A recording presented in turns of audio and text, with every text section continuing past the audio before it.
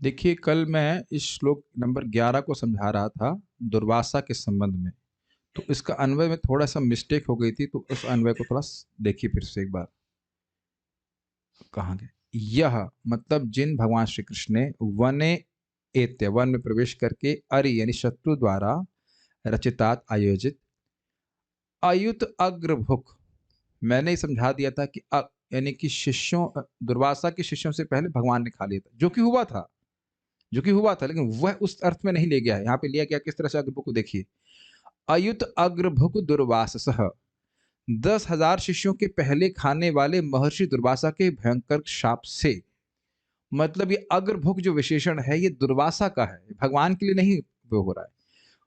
यानी कि 10,000 शिष्यों के लीडर, वो लीडर थे इसलिए पहले खाएंगे ना, तब तो उनके शिष्य खाएंगे। तो अग्रभुक मतलब होगा कि उन दुर्वासा के शाप से बचाया जो 10,000 शिष्यों के पहले खाते थे। ये त्रुटि थी तो उसको हम यहाँ पे करेक्ट कर दे रहे हैं, क्योंकि सीधा स्वामी टीका में वही बताते हैं इस बात को। तो मैं ध्यान नहीं दिया उस बात को, क्योंकि भगवान उनके पहले खाए थे, भगवान पहले खाए थे, तो इसलिए मैं सोच लिया था, ध्यान मेरा नहीं गया, मैं सोचा कि अग्रभोग जो है भगवान के लिए, लेकिन अग्रभोग यहाँ पे भगवान के लिए नहीं है, दुर्वासा के लिए है। बाकी सब ठीक है, बाकी सब बस यही। और यह भी पता नहीं मैंने कैसे समझाया था। दूसरी बात जो बाद में यह आ रहा है, मतलब वो जो जो मतलब यह शब्द यहाँ पे उन शिष्यों के लिए है जो सलिल में यानी जल में मग्न थे। समझ में आ रहा है, कुछ कठिन हो रहा है? शायद नहीं ध्यान दिए होंगे। चलिए फिर से एक बार पूरा समझा दूँगा तो आसानी रहेगी। यह मतलब जिन भगवान श्री कृष्ण ने वने एत्य वन में प्रवेश करके अरि रचितात शत्रु दुर्योधन द्वारा रचित यानी प्रेरित, ऐसे कह सकते हैं, आयोजित अयुत अग्रभुक दुर्वाससः, 10,000 शिष्यों के पहले खाने वाली महर्षि दुर्वासा के भयंकर शाप से। यानी कि आयोजन किसका हुआ था? कि दुर्वासा का शाप का आयोजन हुआ था। उससे, उसके भयानक संकट से, कृच्छ्रात मतलब संकट से, नह जुगोप हमको सुरक्षा प्रदान की। यतः क्योंकि भगवान के द्वारा शाक अन्नशिष्टम बचा हुआ भोजन जूटन को स्वीकार किया गया, इसलिए यह अर्थात जो अर्थात वो शिष्य और दुर्वासा आदि सब सलिले विनिमग्न संग जल के भीतर निमग्न थे, उन्होंने त्रिलोकीम तृप्ताम अमंसतः, तीनों लोग संतुष्ट हो गए, ऐसा मन में सोचा। ठीक है, अब हम लोग आज के श्लोक को देखते हैं। एक और भी बात थी जो हम बोलना चाह रहे थे, पहले में भी एक मिस्टेक हुई थी। यह हम्म ये श्लोक क्रमांक 10 में यह की मिस्टेक थी। देखिए हुआ ये था कि जब इसका हम शब्दार्थ देखेंगे तो यह मतलब था वह, लेकिन इंग्लिश में प्रपात यह कहते हैं हिंदी ही। अब ही को आप हिंदी में कैसे बोलेंगे? वह है। और शी को क्या बोलेंगे? वह है। इसलिए मैं भ्रमित हो गया। हमने यहाँ पे किया था कि वह द्रौपदी जो भगवान के चरणों पे गिरी हुई थी, लेकिन वो नहीं है। तो इसको भी थोड़ा अन्वय देख लीजिएगा। मुझे लग रहा है कि आप लोग भ्रमित हो रहे होंगे, मुझे पता है परेशान हो रहे होंगे, लेकिन परेशान मेरा कर्तव्य है ना करना, क्योंकि हम ट्यूटोरियल्स बना रहे हैं, उसमें कहीं त्रुटि होगी तो त्रुटि जो है परमेट करती चली जाएगी, तो उसको ठीक कर लेना होगा। यह शब्द यहाँ भगवान कृष्ण के लिए है, और यह शब्द को भगवान कृष्ण पे ही घटित करके समझना होगा। इसको भी थोड़ा समझ लीजिए। मुझे पता है कि परेशानी हो रही है, फिर भी हमारा कर्तव्य है परेशानी को ठीक करना। कुछ कठिनाई हो अभी समझने तो मुझे पूछ सकते हैं। अधिमख विशाल राशि यज्ञोत्सव के समय तब पत्नियां आपकी पत्नी महारानी द्रौपदी के क्लिप्त, ये सब कुछ सेम है, वस्त्राभूषित, महाभिषेक, अच्छी तरह पवित्र की गई, श्लाघिष्ट और इस तरह महिमावान, चारु अर्थात सुंदर, और कबरम मतलब बालों की चोटी, कितवय मतलब दुष्टों के द्वारा, और सभायाम अर्थात सभा में, विकीर्य खोल कर स्पृष्टम पकड़ी जाने पर, पदयो जब भगवान श्री कृष्ण के चरणों पर पतिताश्रु मुख्या आंखों में आंसू भरकर गिर पड़ी, वह द्रौपदी गिर पड़ी, तथा तो उन दुष्टों की स्त्रियां अर्थात पत्नियां, यह जिन भगवान श्री कृष्ण के द्वारा, मैंने पहले अन्वय में क्या कर दिया था, यह पदयो पतिताश्रु मुख्या, जो द्रौपदी भगवान कृष्ण के चरणों में अश्रुमुखी होकर गिरी थी। अर्थ तो गलत नहीं लग रहा है, लेकिन जैसा प्रभुपाद जी यहाँ अनुवाद में इंग्लिश में लिखे वो ही, तो यह शब्द जो है वो भगवान के लिए है। तो अब अर्थ थोड़ा अलग होगा कि उन भगवान ने उन सभी पत्नियों को विधवा कर दिया। अर्थ अलग नहीं आया, थोड़ा अन्वय सेट करना पड़ा बस। यह शब्द जो है वो भगवान श्री कृष्ण के लिए। तो आप समझ रहे हैं गलती क्यों हुई थी मुझसे? हिंदी में जो शब्दार्थ है उसमें वह लिखा हुआ है, तो वह तो क्लियर नहीं हो रहा है कि वो किसके द्वारा है। अब इसमें आपको और परेशान करें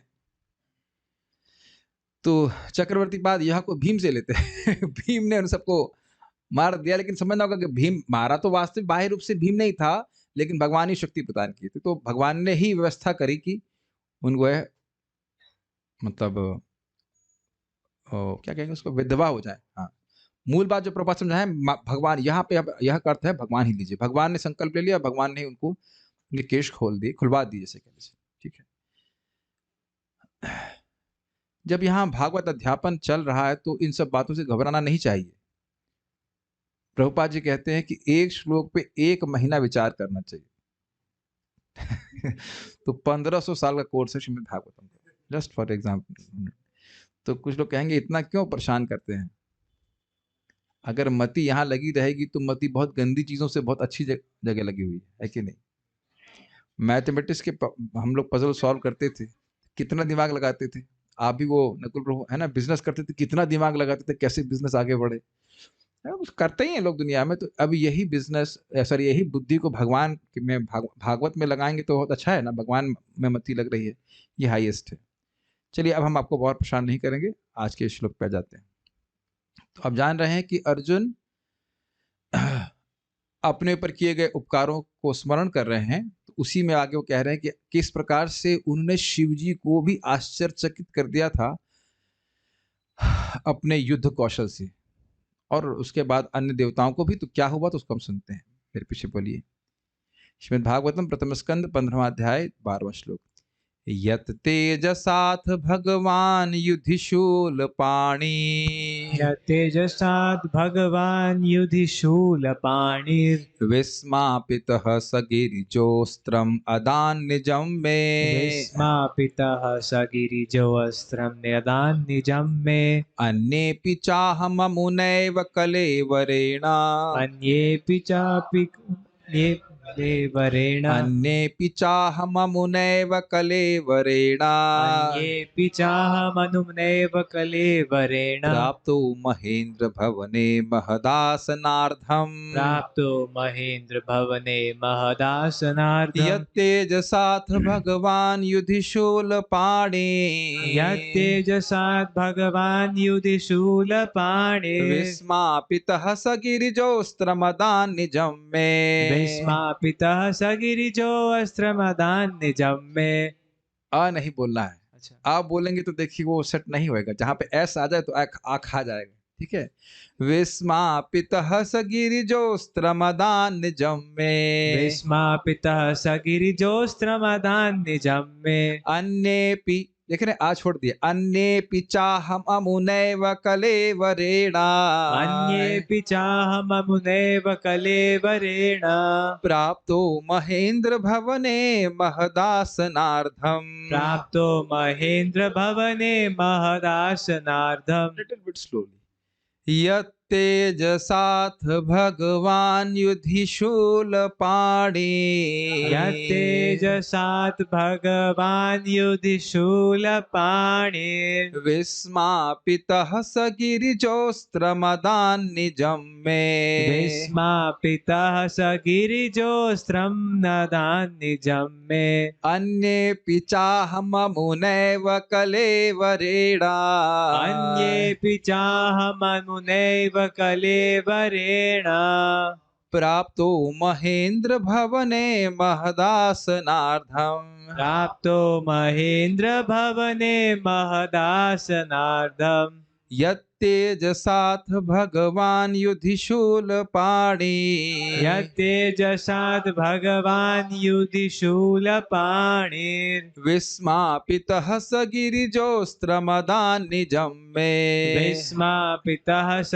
गिरिजोऽस्त्रं मदान् निजं मे, अन्येऽपि चाहममुनैव कलेवरेण, अन्येऽपि चाहममुनैव कलेवरेण, प्राप्तो महेन्द्र भवने महदासनार्धम्, प्राप्तो महेन्द्र भवने महदासनार्धम्। शुरू करते हैं। सुंदर है गाने के लिए। अद्भुत बात है कि हमारे आसपास जो भागवत कथा चल रही है, इसमें एक श्लोक भागवत के शायद ना गाती हूँ। चलिए, यह उन्हीं का प्रताप था कि मैं एक युद्ध में शिवजी तथा उनकी पत्नी पर्वतराज हिमालय की कन्या को आश्चर्यचकित करने में समर्थ हुआ। इस तरह वे शिवजी मुझ पर प्रसन्न हुए और उन्होंने मुझे अपना निजी अस्त्र प्रदान किया। अन्य देवताओं ने भी मुझे अपने अपने अस्त्र भेंट किए और इसके अतिरिक्त मैं इसी वर्तमान शरीर से स्वर्गलोक पहुंच सका, जहां मुझे आधे ऊंचे आसन पर बैठने दिया गया। उसके देखिए, अथ प्रपात उसको अथ को यहाँ पे कहें एक समय, तो हम उसके हिसाब से सेट करें। देखिए, मेरा जो भी कुछ अन्वय है वो प्रभुपाद जी के ट्रांसलेशन से मैच करे, उसके हिसाब से लेके हम चलते हैं। अथ का मतलब अब होता है, लेकिन यहाँ प्रभुपाद अनुवाद कर रहे हैं अथ मतलब एक समय, तो बिल्कुल सही है, अथ मतलब एक समय। यत तेजसा, जिन भगवान श्री कृष्ण के प्रभाव से, तेज का मतलब ही प्रभाव होता है। युधि, युधितुरग विर सुन चुके हैं, युधितुरग क्या था, कचिलुलित, भूल गए, लेकिन बहुत अच्छा लगता गाने में, याद नहीं है। युधि अर्थात युद्ध में, स गिरिजा, गिरिजा तो सब लोग समझते हैं, बहुत सी माता जी लोग का नाम गिरिजा होता है कि नहीं। गिरिजा, गिरी से उत्पन्न, तो गिरिजा होगा लड़के का नाम, और गिरिजा हो जाएगा तो लड़की का नाम। क्या कह रहे, स गिरिजा, हिमालय की पुत्री पार्वती समेत भगवान, भगवान का यहाँ पे अर्थ है ईश्वर समर्थ शिव जी, शूलपाणी, त्रिशूल पाणी, जिनके हाथ में त्रिशूल रहता है, जो अपने हाथ में त्रिशूल धारण करते हैं, विस्मापितः, थोड़ा सा मिस्टेक हो गई, वीर नहीं होना चाहिए, वो शूल पाणी ही पाणीर हो गया था संधि की वजह से, तो वहां पे मैंने ठीक नहीं कर पाया हूं, विस्मापिता होना चाहिए, राग आधा राग को छोड़ दीजिएगा, विस्मापितः, उनको मैंने आश्चर्यचकित कर दिया। तो फिर क्या किए वो, निजम, एवं उन्होंने अपना अस्त्रम अर्थात पाशुपतास्त्र में अदात मुझको प्रदान किया था। अन्य पीछा, और अन्य अर्थात इंद्र आदि लोकपालों ने भी मुझे विस्मापित होकर अस्त्र प्रदान किए थे, चकित होकर के। ये उन्हें निवाद कवचों से युद्ध किया था, तो उससे प्रसन्न होकर के इंद्र ने भी अपने विशेष विशेष अस्त्र उनको दिए थे। और यही नहीं, अहम मतलब मैं, अमुना इस, अमुना एव इस ही, कलेवरणम मतलब मनुष्य देह के द्वारा, ये समझ पा रहे हैं, हाथ से इशारा करके बोल रहे हैं कि इसी देह के द्वारा, जो कि संभव नहीं है, स्वर्ग में इस देह से हम नहीं जा सकते, इम्पॉसिबल, लेकिन फिर भी भगवान के तेज से ऐसा संभव हुआ कि मैं, अर्जुन कह रहे हैं, मैं अमुना एव कलेवरणा, इस देह के ही द्वारा महेंद्र भवने, इंद्र के भवन में महद आसन अर्धम प्राप्त, महान आधा ऊंचा आसन प्राप्त किया। देखिए, इस शरीर से देवताओं की लोक में जाना संभव नहीं है, और वहां पे जाकर के आधा अर्ध आसन प्राप्त करना, ये को इम्पॉसिबल बात है। देवता लोगों कभी इंसानों को कुछ नहीं गिनते हैं। भौतिक दृष्टि से, भक्ति की दृष्टि से मानव बहुत अच्छे हैं, क्योंकि एक ही जन्म में भगवान को प्राप्त कर सकते हैं, लेकिन भौतिक दृष्टि से देवता हमसे बहुत बढ़े चढ़े हैं। उम्र की दृष्टि से, बुद्धि की दृष्टि से, सामर्थ्य की दृष्टि से, सब कुछ है कि नहीं। उस समाज में जाकर के आधा आसन प्राप्त करना, मतलब इंद्र राजा हैं और उनसे हाफ पोजीशन पे रहना, ये तो बहुत बड़ी बात है ना। तो ये सब कह रहे हैं अर्जुन, ये उनके ही प्रताप से हुआ। अब हम थोड़ी कहानी, पहले संस्कृत समझाता हूँ, फिर कहानी सुनाएंगे। कहानी बहुत सारी हैं। यत तेजसा, जिन भगवान के तेज के द्वारा, अथ एक दिन, एक समय, भगवान अर्थात भगवान युधिशूल पाणी, युद्ध में भगवान अर्थात शिव जी को, जो सर्वसमर्थ हैं, जो त्रिशूल हाथ में रखते हैं, उस त्रिशूल के द्वारा पूरा प्रलय कर देते हैं, उनको विस्मापित, उनको मैंने आश्चर्यचकित कर दिया अपने पराक्रम से। स गिरिजा अर्थात पार्वती भी आश्चर्यचकित हो गई। अस्त्रम, अपने पाशुपात अस्त्र को, अदात निजम में, निजम अस्त्रम में अदात, मेरे मुझको अपना निज पाशुपातास्त्र उन्होंने प्रदान किया, अर्थात प्रसन्न होकर। अन्य अपि, अन्य अपि च का मतलब हो गया, और अन्य देवताओं ने भी और लोकपालों ने भी मुझको अस्त्र प्रदान किए। अहम अमुनैव कलेवरेण, मैं इस इस देह से ही, इसी देह से, और ही मतलब अवधारणा के लिए। संदेह मत कीजिएगा कि स्वर्ग गया था तो किसी और देह से गया था। नहीं, इसी देह से ही, इसी देह से ही प्राप्त किया था। क्या प्राप्त किए थे? महेंद्र भवने, महेंद्र भवन में, सत्य विभक्ति है, महेंद्र भवन में महद आसनार्थन, महान आधा आसन प्राप्त किया था। ठीक। कितने लोगों के पास महाभारत कंडेंस्ड अभी है? 1 2, ये सोच रहे हैं कि नहीं होता। ठीक है, आप आधा हाथ कर लीजिए। बहुत सारी बुक्स है, कहाँ पढ़े, सब तो पी गए हैं और क्या करा जाए कि नहीं। ठीक। तो उसमें आपको बहुत सारी स्टोरीज मिल जाएंगी। उसी में एक स्टोरी है, मैं उसकी आगे पीछे घटना हो गया हूँ भूल, जो मूल घटना है वो याद आ रही है कि भगवान शिव जी को प्रसन्न करने के लिए भेजा गया अर्जुन को। अब पूरी घटना मुझे याद नहीं कि कैसे क्यों, लेकिन उन्हीं के स्थान पे जाकर के वह उनका भजन कर रहे थे, पूजा अर्पण कर रहे थे और शिव जी की पूजा कर रहे थे। तो शिव जी उनकी परीक्षा लेने के लिए क्या किए, उसी समय एक असुर, उसका नाम भूल रहा हूं मैं, और वो असुर सुअर का रूप लेकर के अर्जुन को मारने के लिए आया। वो युद्ध हुआ था और शिव जी एक शिकारी का भेष बना के, शिव जी और उनकी पत्नी शिकारी और शिकारीन कह लीजिए, तो उस तरह से वो भेष बना के वहां पे थे। अब जैसे वो असुर आ रहा था सुअर के रूप में, अर्जुन ने देखा, हाँ पता नहीं कौन सा था, हमको पता नहीं, याद नहीं आ रहा, हमको याद नहीं आ रहा। कोई कोई यहाँ पे पंडित हो तो, हमको पता नहीं, भूल रहा हूँ मुझे। अब मुकासुर था या क्या था वो नाम नहीं, असुर का नाम जान के क्या करेंगे, नाम में क्या रखा है। ठीक है, तो वो भी असुर के नाम में क्या रखा है कि नहीं। तो वहां पे आया तो शिव जी भी कौतुकी हैं, उन्होंने बाण मारा और अर्जुन ने भी बाण मारा, दोनों का बाण एक साथ उस सुअर को लगा। क्या तो टाइमिंग रही होगी, शिव जी भी बड़े अद्भुत हैं। और शिव जी वहां झगड़ा कर रहे हैं अर्जुन से, ये मतलब सुअर जो है मैंने मारा है। शिकारी है तो उस पर क्लेम कर रहे हैं, और अर्जुन कहते नहीं ये मैंने मारा है। अब इस बात पे देखो कितनी इनसिग्निफिकेंट बात है, नहीं मैंने मारा, मैंने मारा, आप क्षत्रिय हैं तो पीछे तो हटने वाले हैं नहीं। तो शिव जी कहते फिर युद्ध करो, सुअर पे युद्ध हो रहा है। एक्चुअली सुअर पे नहीं, क्लेम इस बात पे हो रहा है कौन मारा है। तो फिर अर्जुन युद्ध करने लगे, तो खूब अद्भुत युद्ध किए। तो शिव जी बड़े प्रसन्न हुए और बड़ी अद्भुत घटना हुई। अब एक समय में क्या हुआ कि बाण मार रहे हैं अर्जुन और शिव जी के अंदर प्रवेश कर जा रहा है। वो वापस ही नहीं आ रहा, बाण गायब हो जा रहा है। तो अर्जुन भी चकित हो गए कि ये क्या हो रहा है।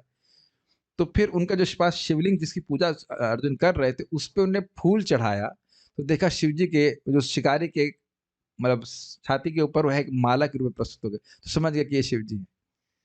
तो फिर उन्होंने प्रणाम किया और फिर शिव जी को आशीर्वाद दी। तो तब अब जो भी रहा हो, तो उन्होंने अब उसके बाद फिर उन्होंने कहा कि मैं तुमको एक अस्त्र देना चाहता हूँ, पाशुपतास्त्र, लेकिन इसका प्रयोग तुम किसी सामान्य व्यक्ति पे नहीं करोगे। और वस्तुतः अर्जुन हिस्ट्री में कभी पाशुपात्र अस्त्र का प्रयोग ही नहीं किए, करना ही नहीं पड़ा। ब्रह्मास्त्र का उपयोग किए, वो भी ऑफेंसिव में नहीं, डिफेंसिव पॉलिसी से। भारत की है ना कुछ। नो फर्स्ट यूज, लॉ के छात्र समझ रहे होंगे इसका, नो फर्स्ट यूज पॉलिसी पढ़े कि नहीं आप लोग?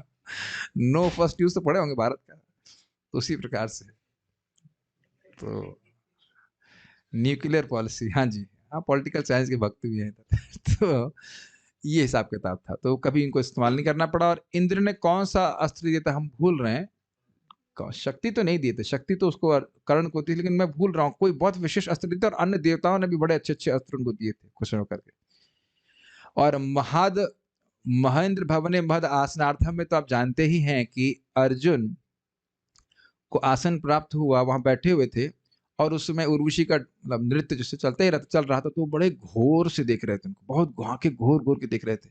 तो इंद्र को लगा कि ये इन पे बहुत आकर्षित हैं, तो उन्हें उर्वशी को बाद में हिंट दिया कि आप इनको संतुष्ट कीजिए। तो अर्जुन को बुलाई थी, और गए थे, क्या हमको कारण नहीं पता, लेकिन उर्वशी उनसे एकांत मिलती है, कहते हैं कि आप हमसे हमारा भोग कर सकते, जो भी कैसे मिला, और सुख हमसे सुख ले सकते हैं। तो कहा नहीं, ऐसा नहीं हो सकता है, आप तो हमारी माँ के समान है। तो कहते वहां तो तुम बहुत घूर घूर के देख रहे थे हमारा नृत्य। तो कह रहे जब मैं आपको देख रहा था तो मैं यही देख रहा था कि आप हमारे पूर्वजों की पत्नी है, यानी हमारी माँ के समान है। तभी फिर उर्वशी ने उनको शाप दिया। तो कहने का आशय यह है कि इंद्र जो है वो बहुत मान दे रहे थे, ये कहने का अर्थ। भाई जो सर्वश्रेष्ठ अप्सरा है सॉरी कि उनको बोल रहे हैं कि उनकी सेवा कीजिए, तो बहुत बड़ी बात मानी जाएगी ना। तो ये मानना पड़ेगा कि ये उनका अद्भुत इंद्रिय स्वयं भी है कि नहीं। एनीवेज, वज्रास्त्र बता रहे हैं भक्त लोग कि वज्रास्त्र दिया, शायद ये वहीं पे थे।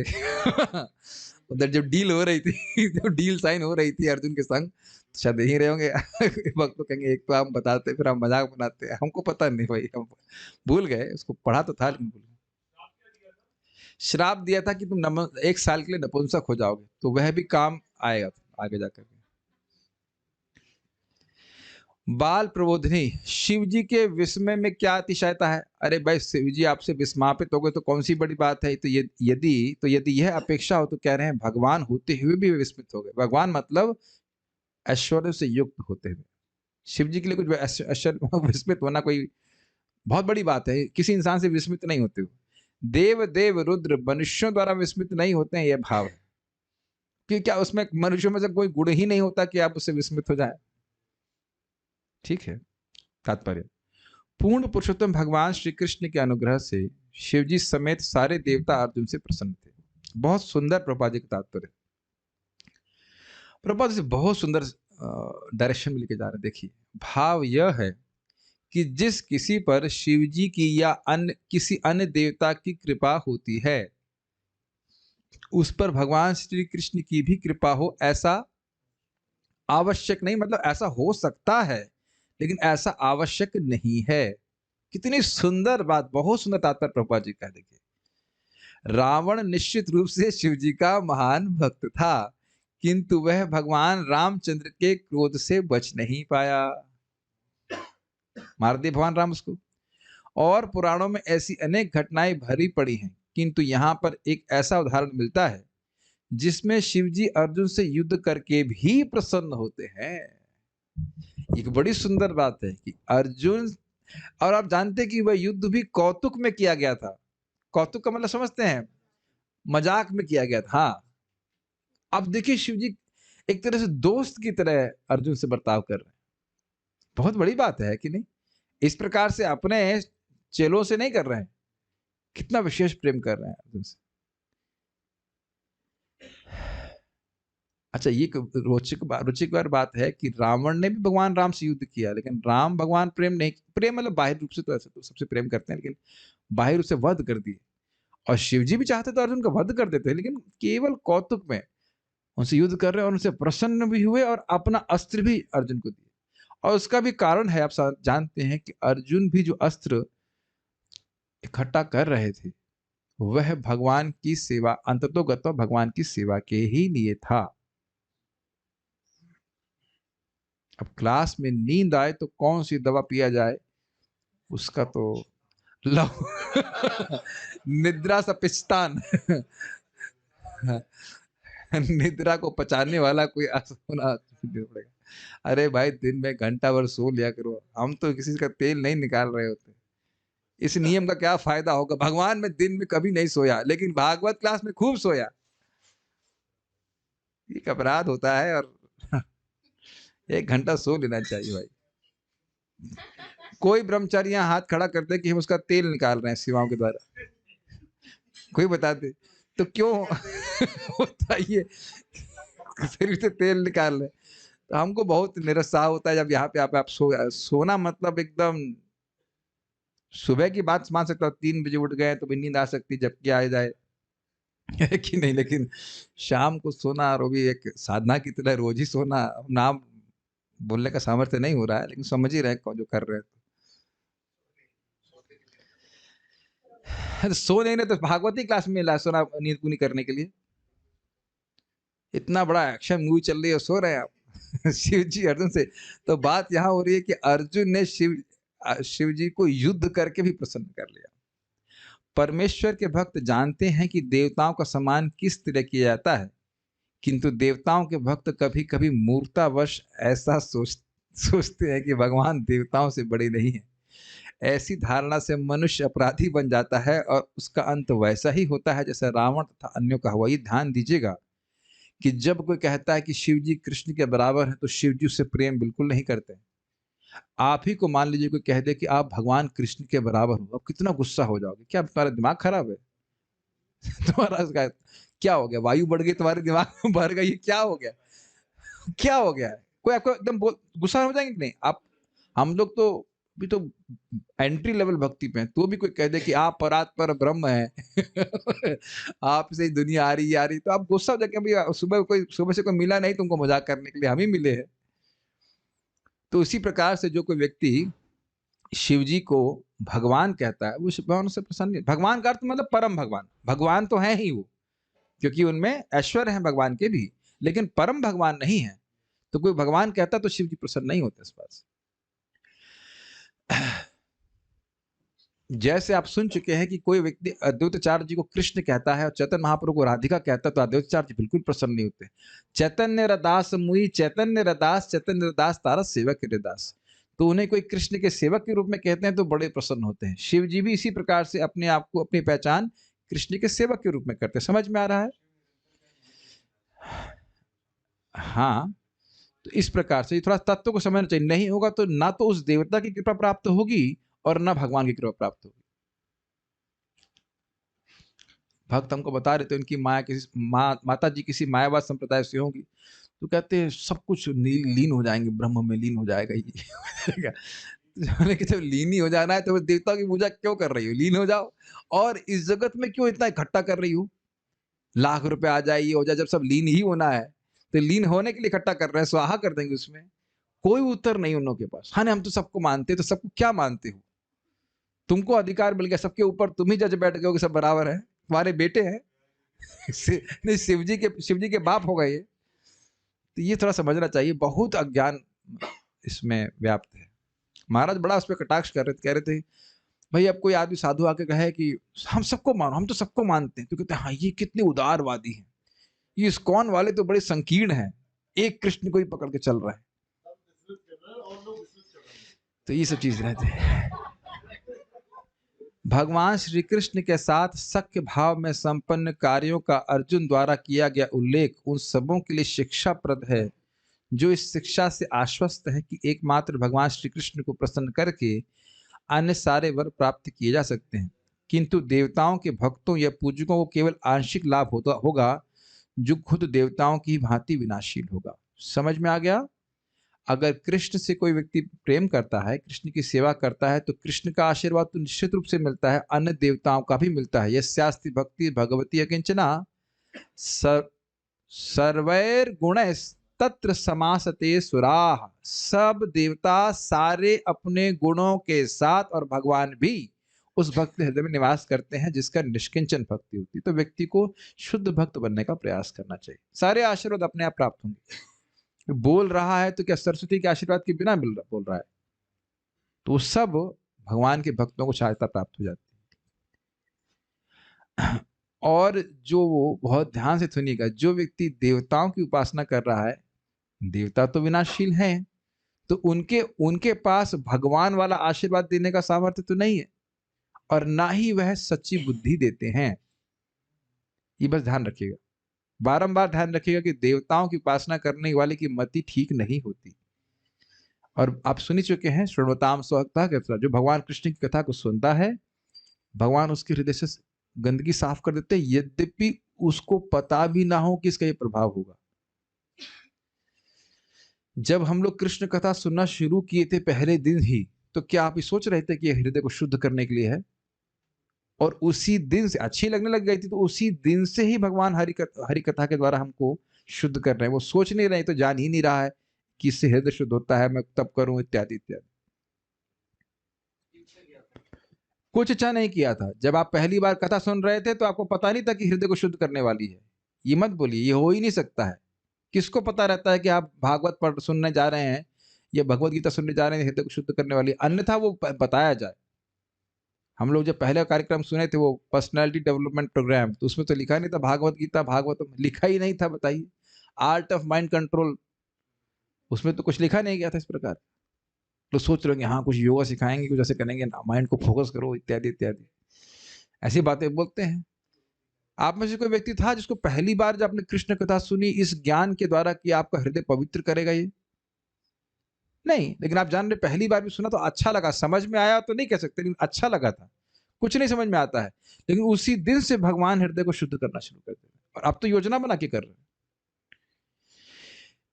ये बात कहाँ आती है? मैं समझ रहा हूँ कि पृथु महाराज को बोल रहे हैं कि परीक्षित महाराज को बोल रहे हैं, मैं याद नहीं आ रहा है, कि तुम्हारे अंदर कृष्ण की कथा गुणगान करने की सहज प्रवृत्ति है, और यह है हृदय के कषाय को शुद्ध करने का सबसे अच्छा तरीका। आप कहाँ जा रहे हैं?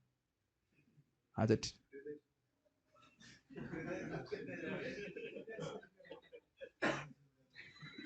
इस श्लोक की दूसरी महत्ता यह है कि भगवान कृष्ण की कृपा से अर्जुन इसी शरीर से स्वर्गलोक पहुंच सके, जहां स्वर्ग के देवता इंद्र ने अर्ध ऊंचे सिंहासन पर अपने साथ बिठाकर उन्हें सम्मानित किया। कोई मनुष्य पुण्य कर्मों से स्वर्गलोक पहुंच सकता है, जैसा कि सकाम कर्मों की श्रेणी में शास्त्रों का अभिमत है। जैसा कि भगवद गीता 9.21 में कहा गया है, जब ऐसे पुण्य कर्मों का फल क्षीण हो जाता है तब भोक्ता को पुनः पृथ्वी लोक पर ला गिराया जाता है। क्षीणे पुण्य मर्त्य लोकम विशंति। चंद्रमा भी स्वर्गीय ग्रहों के समान स्तर पर है, और जिन लोगों ने यज्ञ संपन्न करके, दान देकर तथा कठोर तपस्या करके पुण्य अर्जित किया है, उन्हें ही शरीर की आयु पूरी होने के बाद स्वर्गलोक में प्रविष्ट होने दिया जाएगा। बड़ा स्पष्ट है, आप प्रपात किस तरह से तात्पर्य को समझा रहे हैं।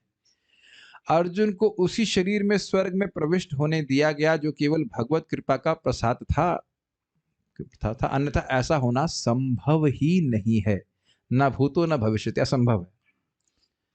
तो आप कहेंगे कि योगी जन तो घूमते हैं, लेकिन उनका शरीर उस प्रकार का नहीं रहता जैसे कि अब हम सोच रहे हैं। अभी 4 कुमारों का शरीर हमारे तरह से नहीं होता है, वो कहीं भी घूम लेते हैं तो उनका सामर्थ्य, उनका शरीर अलग प्रकार का होता है, ठीक है ना। लेकिन समान इंसान के लिए ऐसा हो नहीं सकता। आधुनिक विज्ञानियों द्वारा स्वर्गलोक में प्रवेश करने के सारे प्रयास व्यर्थ सिद्ध होंगे, क्योंकि ऐसे विज्ञानी अर्जुन के समान स्तर पर नहीं है। वे तो सामान्य मनुष्य हैं जो यज्ञ, दान या तप की निधि से विहीन है। थोड़ा समझना होगा कि देखिए, बिना पुण्य के व्यक्ति स्वर्ग नहीं पहुंच सकता। इसीलिए बलि महाराज ने भी जब स्वर्ग को जीत लिया था तो उसके बाद अश्वमेध यज्ञ, क्या नाम उनके, राज शुक्राचार्य से करवा रहे थे, कि जान रहे थे कि जब तक ये 100 अश्वमेध यज्ञ नहीं करेगा तब तक उसका स्वर्ग का जो स्थिति है वो स्टेबल कहा जाए, स्टेबल, स्थिर नहीं रहेगी, वो गिर सकती है, क्योंकि पुण्य उसके पास नहीं था। ये बात थी। तो बिना पुण्य के नहीं पहुंच सकता। रावण भी प्रयास कर रहे थे, हुआ क्या था उसका किसी को पता है? वो स्टेयरकेस बना रहे थे सोने का, स्वर्ग तक सीधे चला जाए व्यक्ति। अब लेकिन मैं समझता हूँ पूर्ण नहीं हो पाया था। हाँ, अच्छा अच्छा, मैं समझ रहा हूँ प्लानिंग हो रही थी, प्लानिंग चल रही थी, अच्छी प्लानिंग थी। अच्छा, लंका के आसपास, जरा बोलिए माइक पे क्या बोल रहे हैं, क्या उनकी विशेष प्लानिंग थी? रावण की जो हमने सुना है 2 प्लानिंग्स थी। एक, लंका के आसपास का 100 योजन का समुद्र मीठे जल का हो जाए, और आरो, बड़ा आरो लगा रहे थे। ठीक है, और स्वर्ग लोक तक सीढ़ी तैयार हो हाँ, जाए। और उससे जिसने वो सब करने का एग्जीक्यूशन का सोच थे, ठीक उसी दिन शूर्पणखा आ गई। हाँ, तो शूर्पणखा की नाक कट गया और इधर ये प्लान कट गया। है कि नहीं? तो यही बात है। हाँ, तो मतलब बनाने का मति ही घूम गई उसकी। यह भौतिक शरीर प्रकृति के 3 गुण, सत्वगुण, रजगुण तथा तमगुण से प्रभावित होता रहता है। इस पे तो बहुत कुछ बोल देंगे, लेकिन हम इसको बस यहीं पे छोड़ दे रहे हैं कि गुणों से हम लोग प्रभावित रहते हैं। आधुनिक प्रजा न्यूनाधिक रूप से रजगुण तथा तमगुण से प्रभावित है, और इस प्रभाव के लक्षण उनके अत्यंत कामुक तथा लोभी होने से प्रकट होते हैं। ऐसे पतित लोग मुश्किल से स्वर्गलोक पहुंच सकते हैं। स्वर्गलोक के ऊपर भी अन्य अनेक लोक भी हैं जहां केवल सत्वगुणी जीव ही पहुंच सकता है। ऊर्ध्वम गच्छन्ति सत्वस्था, मध्ये तिष्ठन्ति राजसः, जगन्न गुण वृत्तिस्था, अधो गच्छन्ति तामसः। तो कई बार लोग पूछते हैं आपको कैसे पता कि आप कहाँ जाओगे? तो जो लोग सत्वगुणी हैं वो ऊपर के लोक में जाते हैं, जो राजसिक हैं दोबारा मनुष्यों में जन्म लेंगे, और जो तामसिक हैं वो नीचे मनुष्य योनि में जाएंगे। ये बात कितना अद्भुत बात है ना, कि देखिए कलयुग में 4 नियमों का पूरा पूरा पालन करना भी पहाड़ जैसा लगता है। अब उसकी व्याख्या हम नहीं कर रहे हैं, लेकिन सब जान रहे हैं कि कितना कठिन होता है। वो तो भाग्य है उन लोगों का जो शराब नहीं पिए हैं, नहीं तो शराब छोड़ना लोगों को बड़ा भारी हो जाता है। जिनका संस्कार नहीं है, महाराज तो विनोद भी कह रहे थे कि शराब पी रहा हो और उसने छोड़ दिया हो, भगवान का चरणामृत रहकर पी करके संतुष्ट हो जाए, वो तो महाभागवत हो गया। महाराज तो ऐसा होते कलयुग में बहुत। अच्छा, एक अद्भुत बात है कि कलयुग में सामर्थ्य बहुत कम है भोग करने का। आप देखिए, थोड़ी सी एक गिलास दाल एक्स्ट्रा पीजिए, देखिए बस डकार आना चालू हो जाएगी, है कि नहीं? लेकिन इच्छा बहुत है भोग करने की, है कि नहीं? आश्चर्य की बात। और पहले के युगों में सामर्थ्य बहुत हुआ करता था, लेकिन वह इंद्रिय संयम करते थे। हमारे पास सामर्थ्य बिल्कुल नहीं है और इंद्रियों को बिल्कुल हम खुला छोड़ के चल रहे हैं, सोच रहे हैं कि एकदम हम सुखी हो जाए।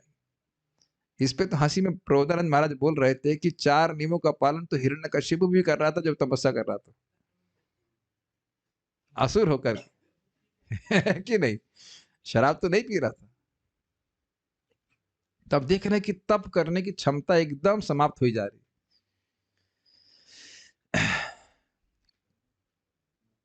चलिए ठीक है, क्या कर सकते हैं। ओके। इस ब्रह्मांड में स्वर्ग तथा अन्य लोकों के निवासी अत्यंत बुद्धिमान होते हैं, मनुष्यों से कई गुना अधिक, और वे एक से एक बढ़कर सत्वगुणी होते हैं। वे सब भगवान के भक्त होते हैं, और यद्यपि उनका सत्वगुण विशुद्ध नहीं होता है तो भी वे देवता कहलाते हैं, जिनमें इस भौतिक जगत में संभव अधिकतम मात्रा में सद्गुण पाए जाते हैं। कुछ बात आपको यहाँ पे समझनी होगी। इस जगत में हम लोग पिछले सुबह सुन रहे थे कि मोहितम ना भी जानाति, इस जगत में सभी लोग गुणों के प्रभाव में। ऐसा मत सोचिएगा कि देवता गुणों के प्रभाव में नहीं है, और ऐसा भी मत सोचिएगा कि देवता लोग सतगुण में पूरी तरह से रहते हैं। ध्यान दीजिएगा, इस जगत में कभी भी गुणों का मिश्रण प्योर नहीं होता है, वो हो ही नहीं सकता। ऐसा नहीं है कि रजगुण तमोगुण को छांट देंगे तो फिर सतगुण बचेगा, वो असंभव बात है। कुछ ना कुछ अंश रहता है और कभी कभी काम दबा देता है। नहीं तो आप सोचिए ना, इंद्र जैसा व्यक्ति, स्वर्ग का राजा, और यहाँ अहिल्या को अपवित्र करने की चेष्टा क्यों करेगा? इसका उत्तर हम तो आज तक कभी समझे नहीं कि भाई अहिल्या का संग करने के लिए क्यों आएंगे। इंद्र का कई बार ऐसे एग्जाम्पल हो चुके ना, अहिल्या का संग था, और भी गौतम ऋषि की पत्नी थी ना वो। हाँ, और बृहस्पति भी परेशान हो गए थे। अब बृहस्पति तो देखिए ब्राह्मण हैं, वो भी देवताओं के गुरु हैं। इस पे बहुत सुंदर बात, क्या माता जी का नाम है, वीएच में पढ़ाती हैं, प्रभुपाद जी की शिष्या, क्या नाम है? नहीं नहीं, वीआईएच में पढ़ाती हैं, वो बहुत अच्छा क्लास दे रही थी। क्या नाम है ना, भूल गया। नारायणी माता जी के अलावा एक और माता जी हैं, नाम भूल गया। एनीहाउ, तो उन्हें कहा कि अगर किसी, प्रशांता माता जी, नहीं प्रभुपाद शिष्या बोल रहा हूँ मैं, तो उन्हें बड़ा अद्भुत बात बोले कि भक्त भक्ति कर रहा है, अभी हम गुणों के ऊपर तो गए नहीं है। तो मान लो कभी काम क्रोध आदि बहुत, ये मान लो काम आपको दबा बहुत रहा है, तो घबराना नहीं चाहिए कि भाई जब बृहस्पति को दबा लिया तो हम क्या है। समझ रहे ना? उनको भी प्रभावित कर देता है काम, बृहस्पति को प्रभावित कर रहा है और इंद्र को प्रभावित कर रहा है, तो हमें ऐसे इतनी जल्दी कैसे छोड़ देगा? जब हम भाव स्तर तक पहुंच जाएंगे तब कुछ परेशानी नहीं होगी, तब बादलों के पार जाएंगे। तब तक तो संघर्ष करना ही पड़ेगा, संघर्ष कम होता चला जाएगा। तदा रजस्तमो भाव काम लोभादयश्च, निष्ठा के स्तर पे भी प्राय प्राय काम और क्रोध उतना नहीं प्रभावित करता है, अभी भी नहीं करता है कि नहीं? Raise your hands if you are still eating in hotel. प्रभु जी आप क्या सोचते हैं हम इतने उतने बुद्धू है कि हम खाएंगे और हाथ रेस करेंगे, वो भी पब्लिक में डांट खाने के लिए? रजत कुमार रेस कर रहे हैं, नालायक कहीं के। आपको नहीं खाना चाहिए होटल में। गोविंद रेस्टोरेंट में खा सकते हैं, लेकिन नहीं खाना चाहिए। गोविंद रेस्टोरेंट में खा सकते हैं, प्रसाद होता है, लेकिन बाहर की जगहों पे नहीं खाना चाहिए।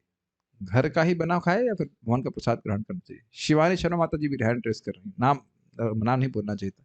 नहीं खाइएगा उसको, गलत बात। आप तो ब्राह्मण हैं, आपको तो कभी भी बाहर का नहीं खाना चाहिए। देखिए, यहाँ बात आ जा रही है तो हम बोलते हैं, ये सब जीव चटोरी चटोरपन करने से हमारे हृदय में काम वासना बढ़ जाती है। आप लोग भक्त हो, भक्ति कर रहे हो, जो सामने वाला खाना बना रहा है वो भक्ति कर रहा है, उसे भक्ति का भाव पता है क्या?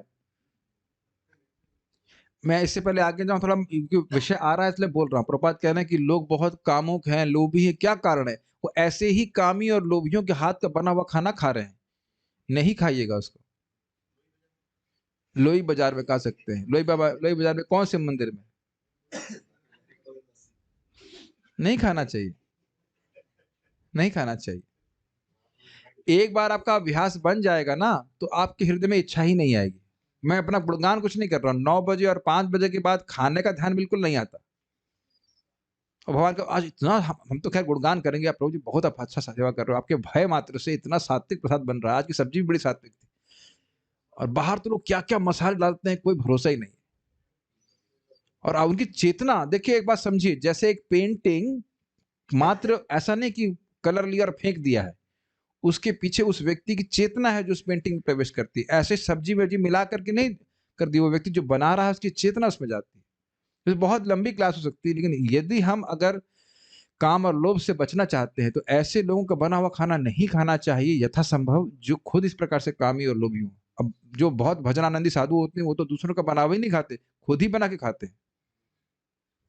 उतना तो हम नहीं कर पाएँगे, हमें प्रचार भी करना है, बहुत सारे कार्य करने हैं, लेकिन अलाउड भी नहीं इस तरह से अपने घर में किचन हमारे बना लेना, लेकिन ये होना चाहिए, ध्यान देना चाहिए इस बात पे।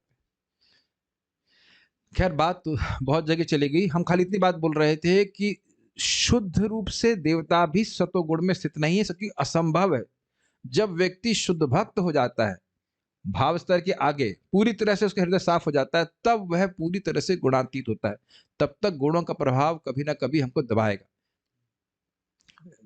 एटलीस्ट अनर्थ निवृत्ति में तो दबाएगा ही। अनर्थ निवृत्ति के बाद निष्ठा के स्तर पे आप इतना परेशान नहीं हो। और ये मैं इसलिए बोल रहा हूँ कि भक्तों की बहुत बार प्रॉब्लम आती है, तो आप सुन लीजिए इस बात को कि देखिए, अनर्थ निवृत्ति में जैसे-जैसे हम आगे प्रगति करते जाएँगे और आप देख भी रहे होंगे, काफ़ी समय तक कुछ प्रॉब्लम नहीं आती है हृदय में। फिर अकस्मात हृदय में काम जागृत हो जाता है। ये क्या हो गया ये? फिर आप भक्ति करते रहिए, वो फिर शांत हो जाएगा। फिर 2 महीने तक लगेगा, हम तो प्योर डिवोटी हो गए। अब तो कोई लग रहा है कोई कठिनाई नहीं है, माया ने हमको जो है क्लीयरेंस दे दिया कि अब आप जाओ, तुम कृष्ण के चरणों में जाओ। फिर पटक हो जाता है। और इसको मैं एक बहुत सिंपल तरीके से बता रहा हूँ जो मेरे संग हो रहा है। हमारे प्रभु जी एक इंटरनल फीवर का मेरा ट्रीटमेंट कर रहे हैं। तो क्या उनका काम ही यही है कि लीवर में इनके हिसाब से जो बुखार जमा हुआ तो बाहर निकालना, गलत तो नहीं बोल रहे हैं प्रभु जी? तो जब हम पहला दवा खा रहे हैं तो वो बुखार बढ़ना शुरू हो गया। हम क्या सोचेंगे, अरे बुखार तो कम होना चाहिए था। तो बुखार प्रकट हुआ, फिर वो दूसरी दवा दे रहे हैं, उससे बुखार धूम करके उड़ जा रहा है। फिर भी संतुष्ट नहीं हो रहे हैं। अच्छा, ये फर्स्ट लेवल, फिर दूसरा लेवल और अंदर से कचरा बाहर निकल रहा है, फीवर रूपी। फिर वो आ रहा है, उसके बाद फिर उसको धूम करके उड़ा दे रहे हैं। फिर और ये छोड़ नहीं रहे जब तक अंदर से सारी सफाई ना हो जाए। समझ में आ रहा है? बहुत मैपिंग कर दीजिए भक्ति में, उसी प्रकार से भक्ति कर रहे हैं, तो जो जमावड़ा पड़ा हुआ था, कचरा पड़ा हुआ था हृदय में, जिसको हमने बहुत मतलब सँभाल के रखा हुआ था, पूंजी संपत्ति के रूप में एकदम कि रहे, अब वो खोद-खोद करके भगवान का नाम और कथा बाहर निकाल रही है। और ये हमने बहुत सीनियर भक्तों से पूछा है कि धूल उड़ती रहती हृदय में, धूल उड़ती रहे, उससे परेशान नहीं होना चाहिए। ऐसा ये बिल्कुल परेशान नहीं हो, भगवान का हमारे गुरु महाराज बोल रहे थे, भई समुद्र मंथन हो रहा है, सबसे पहले क्या निकला? ज़हर बाहर निकला, है ना? उसके अमृत तो बहुत बाद में निकला। तो ये एक बहुत महत्वपूर्ण बात, यहाँ पे हम कैसे काम को टैकल करना है, भगवान की भक्ति करते रहिए, शुद्ध जीवन जीजिए और स्पेशली सुबह उठिए। हमारे ग्रुप में बहुत अच्छे डिवोटियों का भागवत में बहुत रुचि है, मैं अप्रिशिएट भी करता हूँ, लेकिन बहुत देर तक 1 बजे तक पढ़ रहे हैं। तो हमने कहा ऐसा मत कीजिए कि आप सुबह उठने में फिर आपको कठिनाई हो। सुबह का सत्वगुण है, उसका संग करना बहुत ज़रूरी है। अगर हम सत्वगुण में स्थित होना चाहते हैं, जितना इस प्रकार से स्थित होंगे, उतना काम और ये रजोगुण, तमोगुण हमको कम प्रभावित करेगा और उतना ही हम काम से कम प्रभावित होंगे। ये इस यहाँ पे बात आ रही है, तो मैं ये बात आप लोगों को बोल दे रहा हूँ। और सुबह नहीं उठेगा, वही 8 बजे, 9 बजे उठेगा, तो फिर उसके लिए दिक्कत हो जाएगी। ठीक है? नॉटी नहीं होना है ना नटवर प्रभु? हमने इनका नाम रख दिया, आज से नाम रखा नौटिवर प्रभु, नौटियों में सर्वश्रेष्ठ। सुबह नहीं उठते। ठीक। एक्चुअली प्रभु जी कहते हैं ना कि भाई पत्नी को पति के पहले उठना चाहिए, ये है। तो जब माता जी उठेंगे उसके उसके बाद ही उठेंगे वो, ये नियम पाला है ना।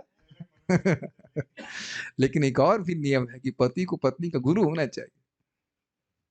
ठीक है, आदर्श प्रस्तुत करना चाहिए। खैर नाम रख के मजाक नहीं बनाना चाहिए था, लेकिन ठीक है, आ जाएंगे, थोड़ा चुगोटी काटने से तो कोई दिक्कत नहीं। ठीक है, सुबह आना चाहिए। आप लोग ऐसे देखते नहीं, मैं कितना प्रयास कर रहा हूँ कि 4 बजे से जप कर लूँ शाम को। मैंने कहा 1 घंटा बाकी, 1 घंटा जप करूँ। आधा माला नहीं कर पाया मैं। ये काम है, इंटरनेट खराब है, वो है, ऐसे करते हो गया सारा 1 घंटा धुस। आप देख रहे हैं सुबह से 1 माला बढ़ाने का मौका नहीं मिल रहा है। और सुबह देखिए कितनी जल्दी से हरे कृष्ण मंत्र की माला हो जाती है, बड़ा मन करता है करने के लिए, है ना? कितनी एफिशिएंसी है। भगवान क्या सेट करके बना, मतलब उसके विरोध में आप नहीं जा सकते। तो करना चाहिए, सभी लोग सुबह उठकर नाम जप करेंगे। दूसरा चीज, श्रीमद् भागवत का श्रवण। तदा रजस्तमो भावा कामलोभतेश्च। कृष्ण कथा के श्रवण के द्वारा ये सब नष्ट होता है। एनीहाउ, प्रसंग तो यह है कि वह जा सके, लेकिन इस बात में जो काम और क्रोध की बात है उसको मैं थोड़ा व्याख्या यहाँ पे करा, आगे बढ़ते हैं। तो अब यानी कि अर्जुन कितने गुणवान होंगे कि उनको उस प्रकार का वहां पे जाने को मिला और अर्ध आसन प्राप्त हुआ। वैसे अगर कोई इंसान आ भी जाए तो सब लोग देखेंगे उसको, ये कैसे आ गया, व्हाई ही इज हियर। और आपको याद है एक कथा जिसमें विश्वामित्र जी त्रिशंकु को अपने तपस्या के बल पे स्वर्ग भेजने का प्रयास कर रहे थे, पता है कथा? और बीच में वह जब पहुंचा तो देवताओं ने लात मार दी, वह नीचे गिर गया। तो इधर से धक्का मार रहे हैं, उधर से ऊपर से धक्का मार रहे हैं, बेचारा हवा में लटक रहा था। तो आप देख रहे हैं कि इंसानों को स्वर्ग में जाने के लिए बिल्कुल अलाउड नहीं है, सशरीर बिल्कुल नहीं जा सकते जब तक पुण्यात्मा ना हो। और जो लोग जाना चाहते हैं उनके लिए भी हम हिंट दे रहे हैं। भगवत गीता के 18वां अध्याय के 5 श्लोक भी अगर आप पढ़ेंगे, कोई भी 5 श्लोक, तो आप इंद्र बन सकते हैं। हाँ, जस्ट भाई हर तरह के लोग आते हैं और हो सकता हो किसी की इच्छा हो। सॉरी, देखें भाई ऋषि कैसी है, जो भी इच्छा हो तो इंद्र आप बन सकते हैं। 5 श्लोक आप भगवत गीता के रोज पढ़िए। ठीक है। अब अद्भुत बात बोल रहे हैं कि ऐसा नहीं है कि जैसे यहाँ लोग पिकनिक मनाने आते ना, किसी क्या कहते हैं उसको, पिकनिक स्पॉट नहीं, रिजॉर्ट में जाते हैं, तो वहां गए और घूम के वापस आ गए, बोले मैं स्वर्ग से घूम के आ रहा हूं। वही बात नहीं है। पिछले श्लोक में हुआ ना कि आधा आसन प्राप्त हुआ, बड़ी अच्छी बात है, आधा आसन आपको प्राप्त हुआ, ये हुआ। और वहां जाकर भी अर्जुन ने ऐसा शौर्य प्रस्तुत किया कि देवता भी उसके लिए वो नहीं कर पा रहे थे। ये बहुत बड़ी बात होगी। भाई मैं कहूं कि मैं अमेरिका गया, ठीक है, चलो मैं गया नहीं, खाली बोल रहा हूँ। मान लो मैं कहूं कि अमेरिका गया, अब मैं कहूं और उसके बाद कहूं कि उसमें भी लोग आजकल तो खैर कुछ मानते नहीं, एक जमाने में अमेरिका जाना बहुत बड़ी बात होती थी। तो मान लो कहे मैं अमेरिका गया, उसके बाद कहे कि अमेरिका जाकर के मैंने बहुत वहां बहुत बड़ा बिजनेस कर दिया, ये कर दिया, वो कर दिया, तब और बात कुछ महत्व की लगेगी ना। ऐसे तो आने जाने वाले बहुत लोग होते हैं। मान लो मैं कहूं कि वहां गया और मैंने बिल गेट्स ने मुझसे कंप्यूटर का प्रॉब्लम सॉल्व करवाया, तो आप कहेंगे क्या बोल रहे हैं आप, विश्वास भी नहीं करेंगे। बिल गेट्स माइक्रोसॉफ्ट का रीडर। अब यही बात समझ में आई इसलिए बोल रहा हूँ। मिलिंद, आप विश्वास करेंगे? नहीं, आज प्रभु के दिमाग में वायु घुस गई लग रही। सकल देखिए, बिल गेट्स है तो आश्चर्य करेंगे ना, इसी पृथ्वी में वह भी एक इंसान है, मैं भी एक इंसान हूं। अगर मैं कह दूं कि मैं बिल गेट्स को कंसल्टेंसी देके आया, अमेरिका गया और वहां बिल गेट्स को कंसल्टेंसी देके आया, या वहां के प्रेसिडेंट को कंसल्टेंसी देके आया, तो आप कहेंगे वाह भाई। और मान लो वाकई करके आया, चलो फेक नहीं रहा था, और वाकई करके आया, तब तो आश्चर्यचकित हो जाएंगे ना। न्यूज आएगी कि नहीं कि भारत का कोई लड़का गया हुआ जाकर इतना बड़ा काम करके आ गया, जबकि हम लोग इसी प्लेनेट पे रह रहे हैं। अब सोचिए ने क्या किया। मैं ये उदाहरण दे रहा हूं ताकि आप व्यतिरेक से समझ सके भाई कितना बड़ा काम करके आए। मेरे पीछे बोले, तत्रैव मे विहरतो भुजदंड युग्मम् तत्रैव मे विहरतो भुजदण्डयुग्मम् गांडीव लक्षणमरातिवधाय देवाः गाण्डीवलक्षणमरातिवधाय देवाः सेन्द्रः श्रिता यदनुभावितमाजमीढ सेन्द्राश्रित यदनुभावितमाजमीढ तेनाहम् अद्य मुषितः पुरुषेण भूम्ना। तेनाहमद्य मुषितः पुरुषेण भूम्ना। okay. जब मैं स्वर्गलोक में अतिथि के रूप में कुछ दिन रुका रहा, तो इंद्रदेव समेत स्वर्ग के समस्त देवताओं ने निवात कवच नामक असुर को मारने के लिए गांडीव धनुष धारण करने वाली मेरी भुजाओं का आश्रय लिया। अब समझ में आ गया मैं क्यों बोल रहा था? अमेरिका वाला उदाहरण समझ में आ गया? इंद्र आदि देवताओं ने इनको अपना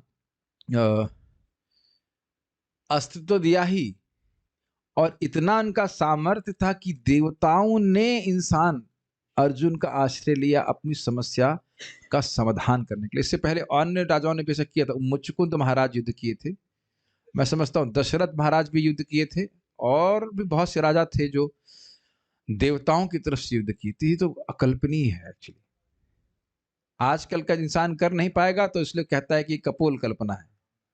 खटवांग महाराज भी, यस, कितना सामर्थ्य था बताइए। आजकल कोई देवता को देख लेगा तो ही बहुत बड़ी बात है।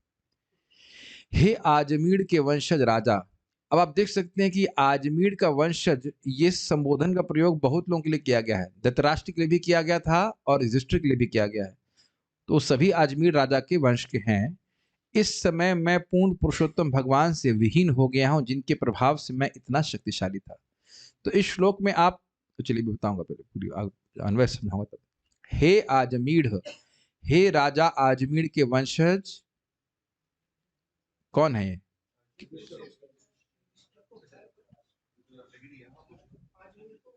यहाँ पे किसी से कौन बोल रहा है श्लोक?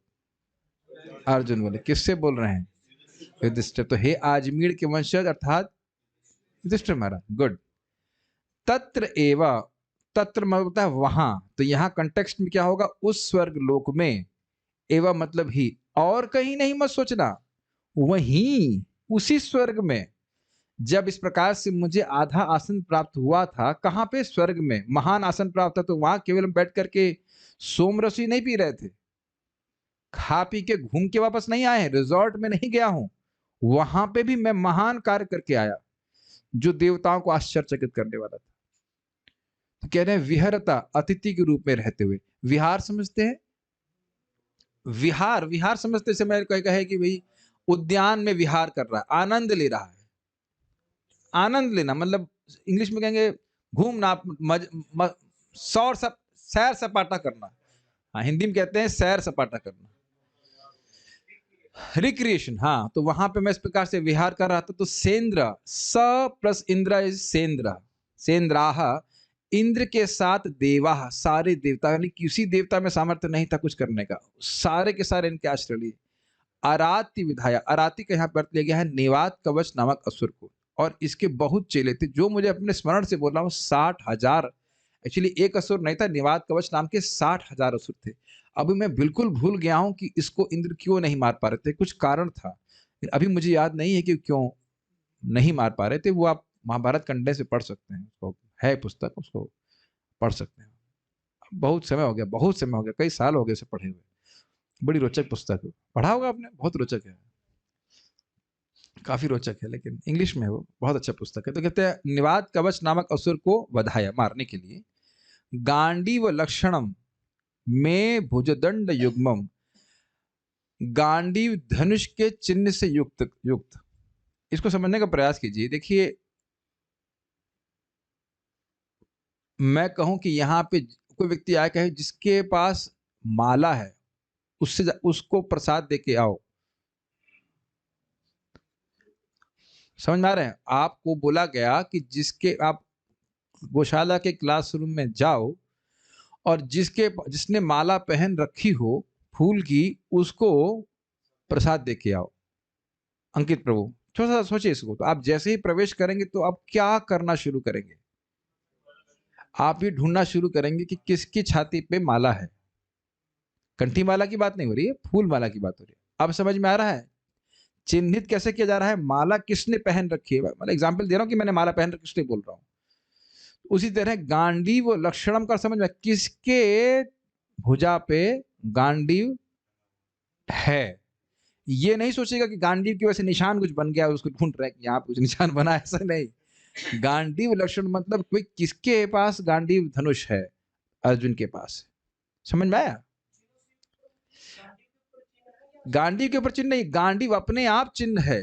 गांडीव धनुष के चिन्ह से युक्त। ये माला एक चिन्ह है कि नहीं, कि ये व्यक्ति इसको प्रसाद देना है। कई बार बोलते हैं ओ उस नीले शर्ट वाले को बुलाना, तो वो शर्ट ही चिन्ह हो जाएगा कि नहीं? Make sense?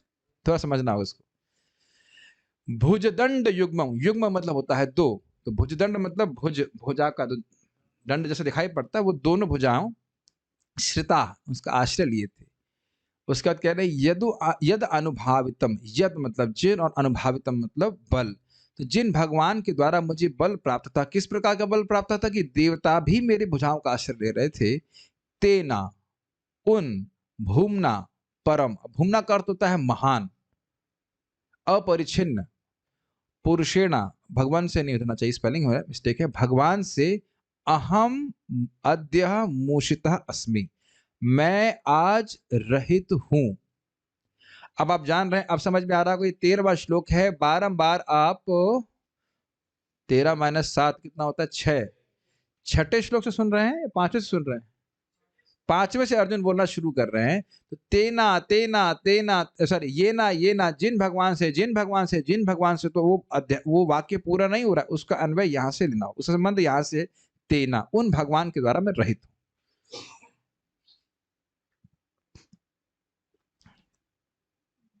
अब एक भक्त बोल रहे थे, प्रभु जी संस्कृत आप समझाते हो, समझ में नहीं आती, कैसे समझाएं? अब ये कैसे समझाएं? भाई अगर आपको संस्कृत का थोड़ा सा भी भाव नहीं पता है तो मैं कैसे, संस्कृत तो नहीं पढ़ा पाऊंगा। आप लोग तो पढ़ रहे होंगे तो अब लग रहे होंगे ज्यादा अप्रिसिएशन बढ़ रहा है, इज इट नॉट? थोड़ा सा सप्तमी विभक्ति, छठी विभक्ति, इतना तो समझ में आ रहा है कि ज्योग्राफी तो काम में नहीं आएगी, हिस्ट्री भी काम नहीं आएगी। जितना ज्ञान है उसी को वहां पे समझने का प्रयास कीजिए। हम तो काफी कुछ हिंदी में बताने का प्रयास करते हैं। तत्रेवा, तत्रेवे का लिंक पिछले श्लोक से है कि मैंने महेंद्र भवने महद अर्ध आसन, भगवान इंद्र के महान भवन में मुझे आधा महान आसन प्राप्त हुआ, अर्धासन प्राप्त हुआ। तो तत्रैव, वही वही अर्थात स्वर्ग में ही, मैं विरह था, जब मैं विहार कर रहा था, भुजदंड युग्मम, मेरे दोनों भुजाओं का, जो कैसी भुजाएं थी, गांडीव लक्षणम, जो भाई इस भुजा पर गांडीव है, इसके द्वारा वो चिन्हित की गई, बेसिकली अर्जुन को चिन्हित किया गया था। आरातिवधाया, निवात कमच नामक असुरों को वध करने के लिए, देवा स इंद्र सेन्द्राश्रिता, देवता अब इंद्र के साथ मेरा आश्रय लिए थे। क्या उन भुजाओं का आश्रय लिए थे, अर्थात अर्जुन का आश्रय लिए थे। यद अनुभावितम आजमीड़, हे आजमीड़ वंशज युधिष्ठिर महाराज, उन्हीं के द्वारा मैं बल प्राप्तवान था, मुझे बल प्राप्त था, या जिन भगवान के द्वारा मुझे बल प्राप्त, ऐसे होना होगा। तेना, उनके द्वारा, अहम, दिख रहा है अहम आपको? अब अहम दिखाने की क्षमता मेरे पास नहीं है, अगर आपके पास आंखें हैं और संस्कृत है तो ये तेना अहम दिख रहा होगा, है कि नहीं? और जो लोग किचन में खाना बनाते हुए सुन रहे हैं कथा, उनको बिल्कुल नहीं दिख रहा होगा, तो उनके लिए हम कुछ नहीं कर सकते, वो अपना मैनेज करें किसी तरह से। तेना अहम अद्य, उनके द्वारा मैं आज मूषितः त्यक्त हूं। वो व्यक्ति कैसे हैं? पुरुषेणा, भगवान, पूरी में शयन करने वाले, सभी के हृदय में शयन करने वाले। और क्या गुण है? भूमना, वो परम है, अपरिछिन्न है, इत्यादि। ठीक है। तात्पर्य, स्वर्गलोक के देवता निश्चय ही अधिक बुद्धिमान, शक्तिमान तथा सुंदर होते हैं, तो भी उन्हें अर्जुन से उनके गांडीव धनुष के कारण सहायता लेनी पड़ी, क्योंकि गांडीव धनुष भगवान श्री कृष्ण की कृपा से शक्ति संपन्न था। भगवान सर्वशक्तिमान हैं और उनकी, ये आया कैसे था? गांडीव धनुष दिया कौन था? अग्निदेव ने?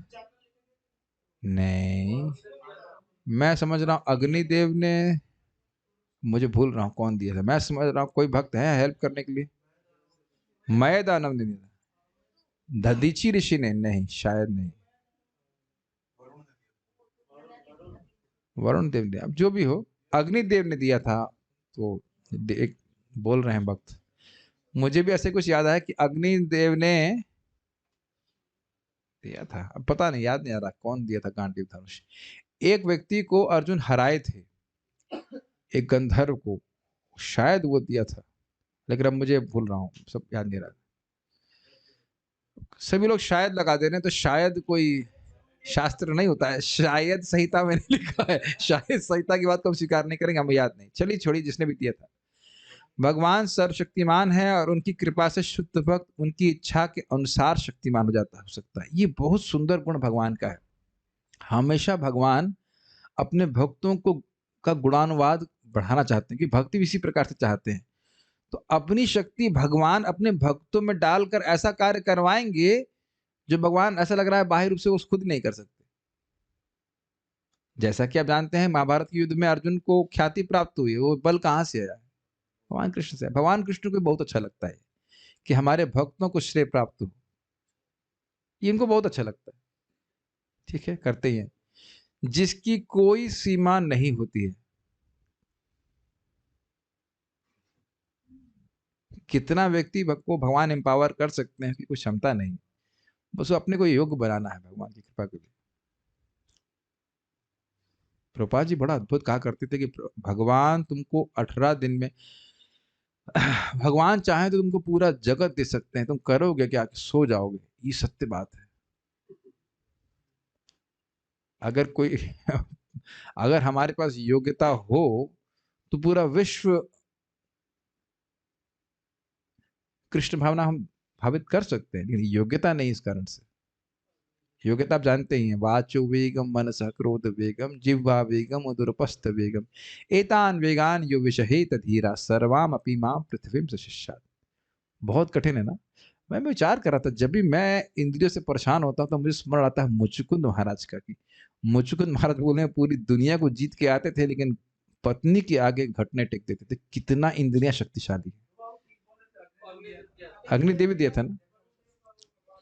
जो भी हो, लेकिन सबसे कठिन है इंद्रियों को सीमित करना। तो जिसकी इंद्रियां जितनी सीमित होती जाएंगी उतना ही वह सब शक्तिशाली होता चला जाएगा।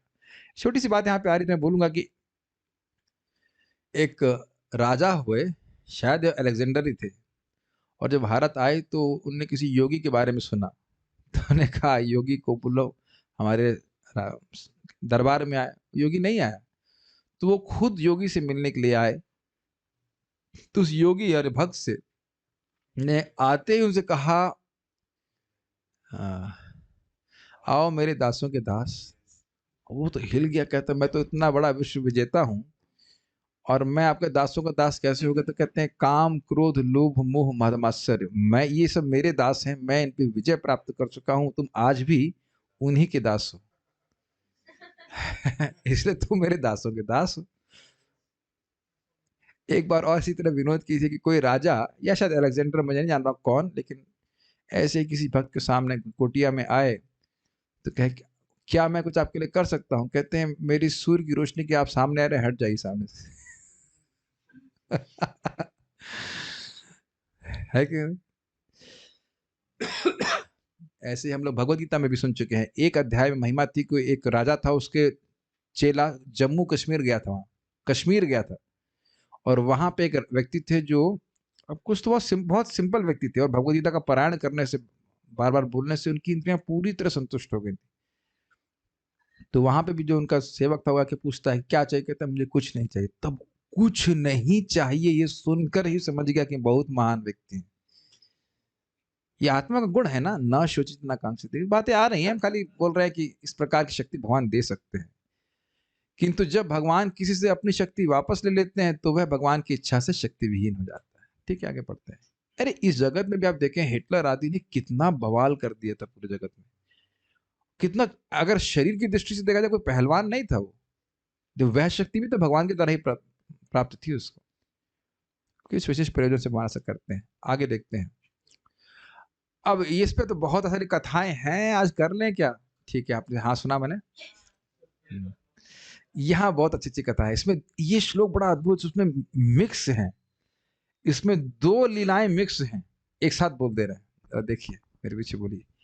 यद बांधवः कुरु बलाब्धिमनंत पारम, यद बांधवः कुरु बलाब्धिमनंत पारम, एको रथेन ततरेहमतीर्य सत्वम्, एको रथेन ततरेहमतीर्य सत्वम्, प्रत्याहृतं बहुधनं च मया परेषाम्, प्रत्याहृतं बहुधनं च मया परेषाम्, तेजास्पदं मणिमयं च हृतं शिरोभ्यः, तेजास्पदं मणिमयं च हृतं शिरोभ्यः, यद बांधवः कुरु बलाब्धिमनंत पारम, यद बांधवः कुरु बलाब्धिमनंत पारम, एको रथेन ततरेहमतीर्य ततरेहमतीर्य सत्वम् एको रथेन ततरेहमतीर्य सत्त्वम् प्रत्याहृतं बहुधनं च मया परेषाम् प्रत्याहृतं बहुधनं च मया परेषाम् तेजास्पदं मणिमयं च हृतं शिरोभ्यः। तेजास्पदं मणिमयं च हृतं शिरोभ्यः।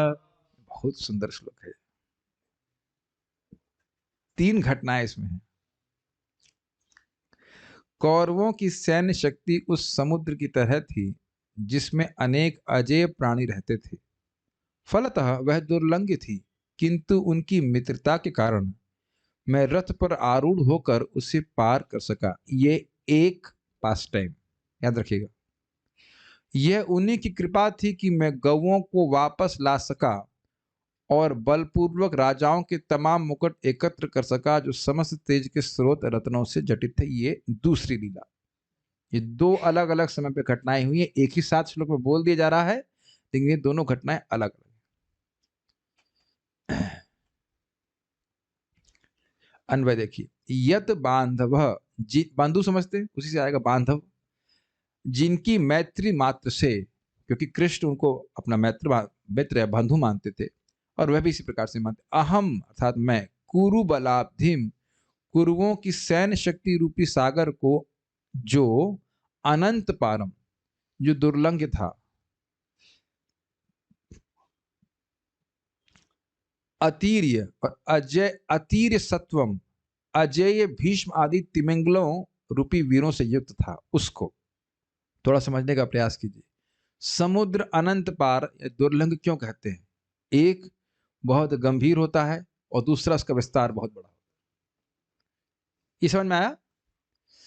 तो कह रहे हैं कि कुरु बल आब्धिम, कुरु बल, कुरुओं का सैन्य बल रूपी जो सागर था वह अनंत पार था। क्यों? और बहुत ज्यादा लोग थे। और ये वैसे तो घटना ये विशेष रूप से, समान रूप से आप पूरे युद्ध की भी ले सकते हैं जो महाभारत का युद्ध था, लेकिन इसमें विशेष घटना आप लेंगे वो किसकी थी? जयद्रथ, जयद्रथ के वध की बात। अर्जुन ने संकल्प लिया था कि आज मैं जयद्रथ को मार दूंगा। यद्यपि उस समय भीष्म पितामह नहीं थे, लेकिन यहां भीष्म आदि मतलब लेना होगा कि उन्हीं के समान अन्न, जो मैं से ग्रहण कर रहा हूं बात।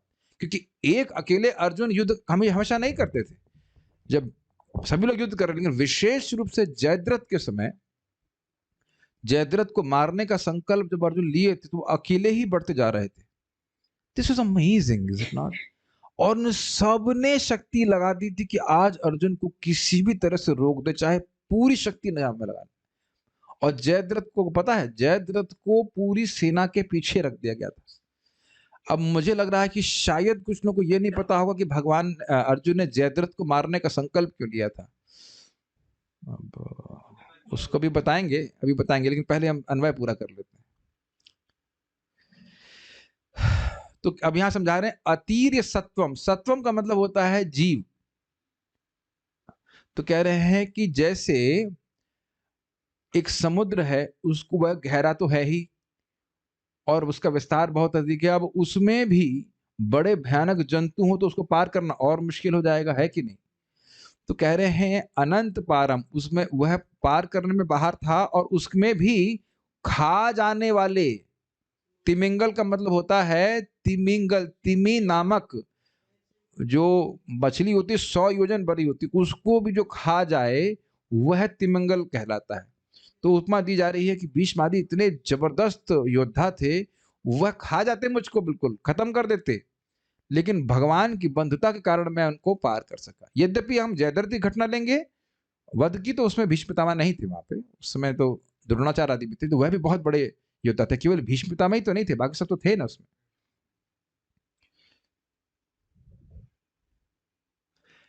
एक अकेला रथेना, रथ रूपी पोत के द्वारा। अब बड़ी सुंदर बात यहाँ पे देखिए, रथेना को देखिए, कुरु बुलाब्धिम, कुरु के बल को सागर से उपमा दे रहे हैं। तो सागर कैसे पार करते हैं? तैर के तो नहीं करते हैं, किसी पोत के द्वारा करते हैं। तो अकेला ही और अपने रथ रूपी पोत के द्वारा, पोत मतलब नाव के द्वारा,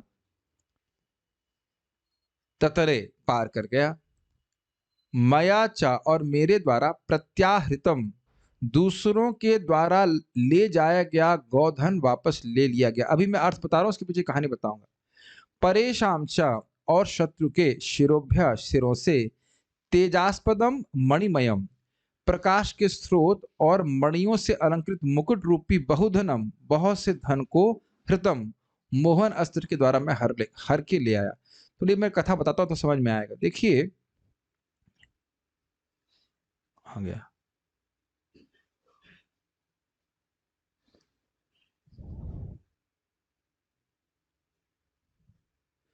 ओके, कहाँ थे हम लोग? पहले श्लोक समझाएंगे फिर सारी कहानी बतानी पड़ेगी तो समझ जाएंगे। यद बांधवा जिनकी बंधुता के कारण, जिनकी मित्रता के कारण, कुरु बलाब्धिम कुरु बल का सागर जो कैसा था, अनंत पार, अत्यंत गंभीर था, गहरा था और पार कोई कोई सीमा ही नहीं थी, कितने सारा उनके पास सैनिक थे। एको रथेना अकेले ही मैं रथ के द्वारा ततरे पार कर गया, ततरे पार कर गया, अहम मैं पार कर गया। अतीर सत्वम जिसमें भीष्म आदि महान जल जंतु थे जो खा जाने वाले थे। और क्या किए, प्रत्याहृतम, अब ये घटना दूसरी वाली बात है, विराट युद्ध की बात है। जिन विराट नरेश की गौओं को कुरुवंश की सेना लेके चली गई थी उनको वापस लेके आया। एक समझ रहे, प्रत्याहृत केवल प्रत्याहृत से बात ग्रहण करनी होगी। बहुधनम च और उन शत्रुओं को हरा करके बहुत सारा उनसे धन लिया। किसके द्वारा? मया, मेरे द्वारा। परेशान मतलब अन्य शत्रु का धन लाया गया। और उसको और क्लियर कर रहे हैं, तेजास्पदम मणमयम चहृतम शिरोभ्य जो उनके सिर के ऊपर तेजोमय प्रकाशमय मणियों से युक्त उनके मुकुट थे, उनको भी लेके। अब जब तक मैं कथा नहीं बताऊंगा समझ में नहीं आएगा कि बात क्या हो रही है। तो पहले तो हम पहली लाइन की जो संबंधित कथा है उसको बताएंगे। देखिए, भीष्म पितामह का वध हो गया था। वध हो गया मतलब वो बाण से बाधित हो गए थे, अब वह युद्ध से हट गए थे। तो आप जानते हैं कि अर्जुन, या नहीं जानते होंगे, अर्जुन कुछ असुरों को मारने के लिए भगवान वहां पे जो युद्ध में मतलब कुछ एक सेना थी, उसका नाम भूल रहा हूं मैं, उसको मारने के लिए अर्जुन को भगवान उधर साइड में लेके चले गए जानबूझ कर। और इधर चक्रव्यूह बना हुआ था कौरवों की तरफ से, और चक्रव्यूह को भेदना केवल अर्जुन को आता था और किसी को नहीं आता था।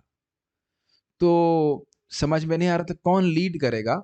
तो इधर अभिमन्यु ने कहा कि देखिए मुझे इसका भेदन करना आता है, मैंने माँ के गर्भ में श्रवण किया था, अर्जुन ने शिक्षा दी थी, लेकिन एज यूजुअल माता जी लोग पूरी कथा नहीं सुनते, सो जाते हैं। तो चाहे कोई भी कथा हो, अब किसके घर में होंगे, ये सुभद्रा के घर में।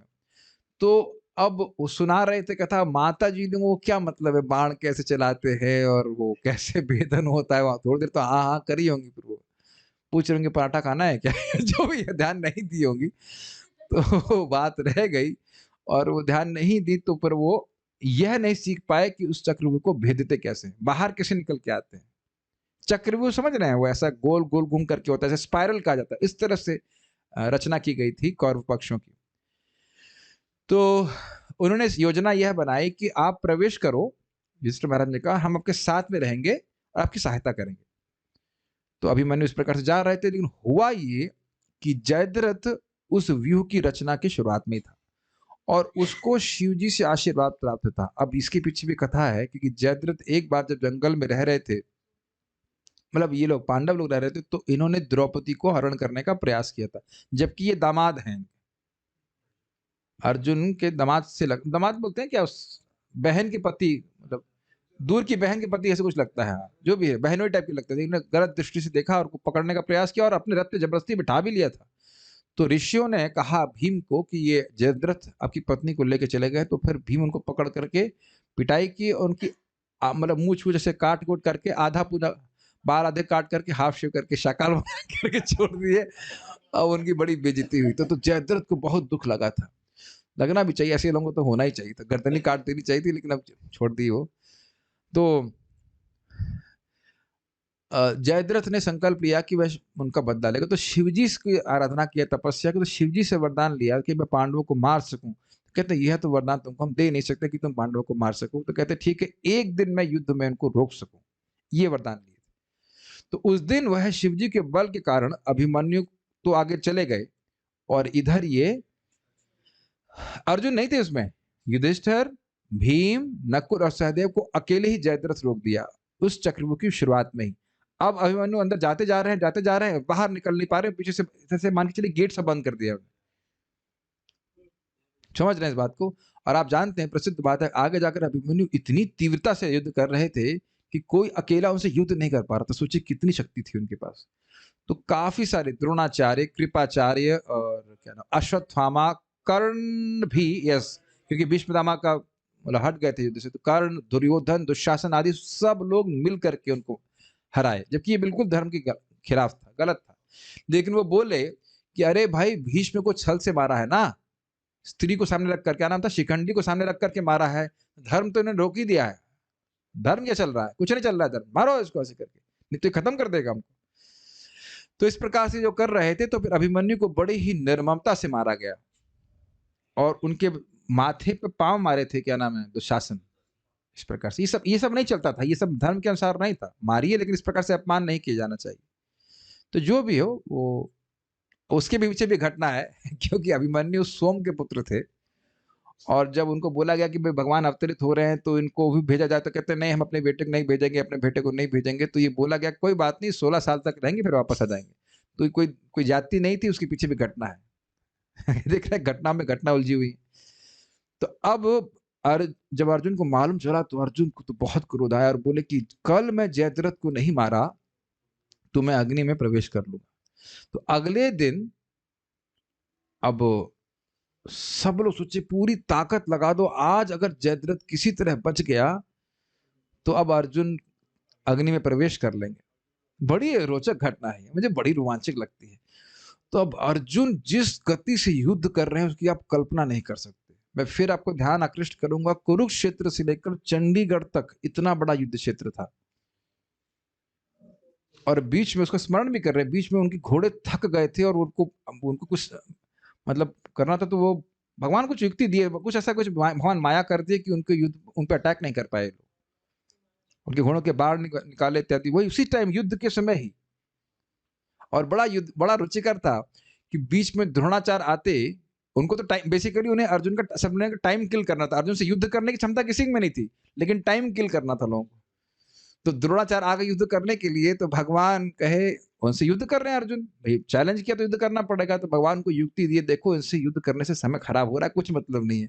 भगवान खुद ही रथ को घुमा दिए साइड में, और द्रोणाचार्य चीख रहे हैं, कहाँ जा रहे हो, कायर कहीं के, ये कहीं के, वो कहीं के। भगवान ये घुमाई अपना रथ किनारे किनारे के, चीखने दो कोई दिक्कत नहीं। भगवान कितना देखिए उनकी रक्षा कर रहे हैं। तो ये सब हिसाब किताब है। तो फिर आगे जाकर के वह जयद्रथ के पास पहुंचने ही वाले होते हैं, तो उतने में भगवान देख रहे हैं कि समय कम हो रहा है, और जयद्रथ पीछे कहीं छुपा हुआ था। तो अब ये सोचिए अकेले, क्या मैं तो ये सोच रहा हूँ अर्जुन की कितनी इंटेंसिटी होगी, कितना क्रोध और कितनी इंटेंसिटी से युद्ध कर रहे होंगे कि आज जयद्रथ को मारना है। काश वो वीडियो हम लोग, हमारा सामर्थ्य भी नहीं वीडियो देखने का, किसी की गर्दन कट रही, किसी के हाथ कट रही, धड़ धड़ धड़ धड़, इंसान मशीन की तरह काटा जा रहा है, बिल्कुल एकदम। अब हमको पता नहीं कि जयद्रथ ने पैर मारा था, नहीं, हमें याद नहीं, सब बात हमको नहीं कैसे कह सकता, लेकिन जयद्रथ ने रोका जरूर था। उस प्लानिंग तो सारी उसी की वजह से हो पाई, अन्यथा संभव नहीं था अभिमन्यु का मारा जाना। लेकिन बड़ा रोमांचकारी होगा, अकेले ही अर्जुन इसलिए भेदते चले गए पूरे इसको। और जब जयद्रथ को एकदम अंत में था, तो सूर्य को भगवान ने ढक दिया, जयद्रथ बाहर नहीं आ रहा था, और अभी भी बहुत समय बाकी था उस तक पहुंचने में। तो वो खुश हो गया, कहा सूर्यास्त हो गया, वो कूदने लगा, आज तो अर्जुन जो है अब सब अग्नि में प्रवेश करेंगे। और जब वो बाहर आया, और सारी व्यवस्था भी बन गई कि अर्जुन प्रवेश करने वाले हैं, ये वो, तो भगवान जो है सूर्य को, अपने चक्र सुदर्शन को हटा दिए, और सूर्य फिर प्रकट हो गया। तुरंत अर्जुन ने उसको मार दिया, लेकिन वहां भी खतरा था। उसके पिता ने आशीर्वाद दिया था कि यदि किसी ने तुम्हारे सर को जमीन पे गिराया तो उसका सर नष्ट हो जाएगा, फट जाएगा। देख रहे कितने खतरा था, मारने में भी खतरा बहुत डेंजरस था। देखो कैसे भगवान यही तो बोल रहे हैं, यद बांधव, तो भगवान ने कहा कि इसको ऐसा मारो कि एक इसका जो सर है वो जमीन पे ना गिरे। इसके पिताजी यहीं पास में तपस्या कर रहे हैं, शामंतक पंचक ऐसे कोई स्थान है, जहाँ तक मैं समझ रहा हूँ। ऐसे कुरुक्षेत्र के पास में कोई है, तो वहां तपस्या कर रहे हैं, उनकी गोदी में जा गिरे। भगवान की बुद्धि देख रहे हैं, भगवान के लिए आप कार्य कर रहे हैं कि आप बताओ, आप ऐसा सोच सकते थे क्या? हम लोग कोई सोच पाते हैं कि हाँ, इनके पिताजी बगल में बैठे हैं, पिताजी की गोद में गिराओ, पिताजी तपस्या कर रहे हैं। अब वो गर्दन जो है कटी हुई जयद्रथ की, वो उनकी गोदी में आ गए, वो आके उनकी ऐसे खोली, एकदम से क्या है, वो फेंक दिए, तो उन्हीं का सर फट गया। देखो भाई, वरदान देते समय सोचे नहीं होंगे कि ये होगा उनके साथ। भगवान भी अद्भुत लीला कर रहे हैं। तो कह रहे हैं कि इन्हीं की कृपा से मैं अकेले ही द्रोणाचार्य, कृपाचार्य, अश्वत्थामा सबको लांघते हुए पूरा वह एक समुद्र को पार कर पाया। ठीक है, ये एक विशेष घटना थी, और अपने रथ के ही द्वारा। वैसे रथ मानो एक पोत है, आप कुछ विजुअलाइज कर पा रहे हैं? इतने सारे लोग हैं, उनमें से क्रॉस करता हुआ जा रहा है रथ से, मानो समुद्र पे कोई पोत चल रही हो। क्लियर? दूसरी घटना क्या है जानते हैं? ये बड़ी रोचक घटना है। इनको 13 साल का वनवास था, और आखिरी साल अज्ञातवास था, जानते हैं? तो उस अज्ञातवास में अगर कोई भी पांडव चिन्हित कर लिया गया होता, तो इनको फिर 13 साल का वनवास करना पड़ता। 12 साल जब बीत गए तो पागल हो गए कुरु, ढूंढ ढूंढ के कि पांडव लोग कहाँ हैं। और आप ये सोचिए ना, पांडव इतने शूरशाली है, शूरवीर हैं, कहीं भी रहते तो प्रसिद्ध हो जाते, कहीं भी रहते। तो शायद आप जानते होंगे कि विराट नरेश के यहाँ पे युधिष्ठिर महाराज कंक के रूप में, उनके मंत्री के रूप में, और भीम रसोई, क्या नाम था उसका, वल्लभ, हाँ वल्लभ नाम से रसोई के रूप में, और राजा को आनंद देने के लिए वह शेर आदि से भिड़ते, और द्रौपदी को बहुत दुख लगता था इस देख करके। और अर्जुन वृहन्नला के रूप में, एक नपुंसक के रूप में, उत्तरा आदि को गायन की और नृत्य की शिक्षा देने के लिए रुके थे, और सहदेव गायों को देख रहे थे, और नकुल घोड़ों को देखते। नाम भूल रहा हूँ किस नाम से, मैं भूल रहा हूँ नाम क्या था उनका, तो जो भी है जो भी नाम रहा हो, तो इस प्रकार से उनका था। और वहां पे भी सब घटनाएं, बहुत सारी घटनाएं, उसको वर्णन नहीं करता। एक घटना यह हुई कि 13 साल पूरे होने वाले थे। अब इसमें एक घटना फंसी हुई है, तो अभी समझ में आएगी घटना क्या हुआ। कीचक नाम का उनका साला था, किसका? विराट नरेश का। और वो भी बहुत शक्तिशाली था, मैं समझता हूँ उसके पास भी 10,000 हाथी का बल था, बहुत शक्तिशाली था। उसकी वजह से विराट नरेश के ऊपर कोई युद्ध नहीं करता था, कोई आक्रमण नहीं करता, बहुत शक्तिशाली था। तो कीचक, मैं तो कहूंगा कीचड़ लेकिन कीचक नाम था उसका, उसकी द्रौपदी पे, जो कि उनकी सैरंध्री के रूप में कार्य करनी थी, विराट नरेश की रानी की, तो उसके ऊपर बुरी दृष्टि थी। और रानी से पहले ही द्रौपदी की बात हो गई थी कि हम किसी पुरुष की सेवा नहीं करेंगे, तब तक आपकी सेवा कर सकते हैं। मैंने कहा ठीक है। तो बार बार कीचक बोलता कि कृपया, द्रौपदी नाम नहीं था, सैरंध्री को, जो भी नाम रखा हो याद नहीं रहा, सैरंध्री को मेरे पास अकेले भेज दो। तो एक बार जानबूझ करके रानी ने कहा कि तुम कुछ मदिरा लेकर के आओ कीचक से राजा के लिए, और उन्हें मना भी करने, हमारी बात कहते नहीं, जाओ जाओ, तो वो गई। तो उनसे उन्हें बुरा प्रस्ताव प्रस्तुत किया, और जब नहीं माने तो उन्हें झापड़ मारा, तो वो खून निकल आया। उनको बोल रही थी कि देखिए मेरे 5 गंधर्व पति हैं, अगर मालूम चल गया उनको तो आपको जिंदा नहीं छोड़ेंगे। लेकिन माना नहीं, समझा नहीं इस बात को। तब वह रोते रोते वह बल्लभ अर्थात भीमसेन के पास आए, कहती हैं आप लोग इतने महान हैं, इतने महान पति होते हुए मेरी देखिए दुर्दशा है। तब भीमसेन का एकदम खून खौल गया, कहते हैं बुलाओ रात में उसको। द्रौपदी बोली, द्रौपदी उनको बोले कि ठीक है, मैं भी प्रेम करती हूँ, ऐसा है वैसा है, आप ऐसा करिए, रात में आप आइए, तब हम आपकी इच्छा को संतुष्ट करेंगे। अब वो तो मतलब काम उन्मत्त हो गया, पागल हो गया। द्रौपदी ने हाँ बोल दी। तो वहां पे गया रात में, तो भीम ने कीचक को युद्ध में पीट पीट कर ऐसे लगे, ऐसे मतलब क्या बोला है, इंग्लिश में कहते हैं पल्प, कचूमर बना दिया एकदम, उसकी हालत खराब कर दी। और सब रात में किसी को मालूम नहीं चला। तो ये बात जब कुरुवंश को मालूम चली, तब उन लोग का संदेह होना कि लग रहा है कि, वहां बोलते हैं दुर्योधन की, या तो मैं मार सकता हूं, या भीष्मदेव मार सकते हैं, या भीम मार सकते हैं। कीचक को इसके अलावा पूरे जगत में कोई नहीं मार सकता। ये बड़ा स्पष्ट महाभारत में लिखा हुआ है। तो तो वो लोग कहे कि चलो फिर हम ऐसा करते हैं कि विराट नरेश की गायों को ले आए। ये इस प्रत्याहृतम शब्द की व्याख्या मैं कर रहा हूँ। तो एक तरफ से मत्स्य नरेश, जहां तक मुझे स्मरण है, मत्स्य नरेश की जो सेनाएं थी उन्होंने अटैक किया, और दूसरी तरफ से कुरुवंश की सेनाओं ने उस पर आक्रमण किया। तो उन्होंने इनकी गैया लेके चले गए, जो राजा की गैया होती थी वह लेके छीन के चले गए। तो मत्स्य राजा से युद्ध करने के लिए विराट नरेश चले गए राजा, और इधर अब कोई युद्ध करने के लिए था नहीं। तो विराट नरेश का जो लड़का था उत्तर, वो कह रहा था मैं अरे मैं अकेले ही साहब कुरुवंश को ध्वस्त कर दूंगा, बस एक रथी सारथी कमी है, बस एक सारथी मिल जाए तो हम सब युद्ध कर लेंगे। भूल रहा था बहुत। तो वहां पे सैरंद्री बोलती हैं कि ये जो भरनला है ये अर्जुन की सारथी थी। और ये भी जोक है अपने आप में। ये तो नितांत झूठ, लेकिन अब बोल दिया तो उनको भी अजीब लगा। और आपका और कोई रथी सारथी तो है नहीं, कहते तो लेके चले गए। तो भरनला जो है सारथी बनी और उतर गए युद्ध करने के लिए। जब वो है गए सामने, उनकी तो सिट्टी पिट्टी गुम, कहते हैं भाई जान बचे सो लाखों पाए।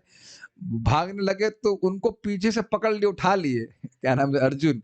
क्या शर्म नहीं आती, तुम क्षत्रिय होकर के दौड़ रहे हो? अरे भैया जान बचाएंगे कि क्षत्रियता के बचाएंगे? तो फिर अर्जुन कहा चलो। तो एक शामली वृक्ष था, वहां पे इन्होंने अपने आयुध छुपाए हुए थे।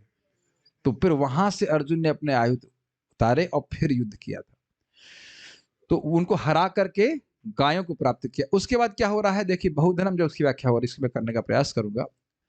उसमें बहुत से अकेले ही, वहां पर भी अकेले ही अर्जुन युद्ध कर रहे हैं सबसे, और अंततोगत्वा सबको हरा दिए। और वह एक मोहन अस्त्र चलाए। उस मोहन अस्त्र से सब लोग प्राय बेहोश जैसे हो गए थे। मतलब क्योंकि उनको बोला गया था, उत्तर को बोला गया था कि जब तुम उनको हरा लेना तो उनके शरीर में सुंदर आभूषण वो लेके आना। वहां की राजकुमारियों ने बोला था। तो अर्जुन ने मोहन अस्त्र चलाया, तो उत्तर भी उड़ता सारथी काम करना है, तो वो गए और उसके बाद वो सभी के वो मतलब शरीर पे जो मणिमय युक्त मुकुट थे, जो चमक थे, वह लेकर के आए। तो ये सब घटना है इस श्लोक में प्रकट है।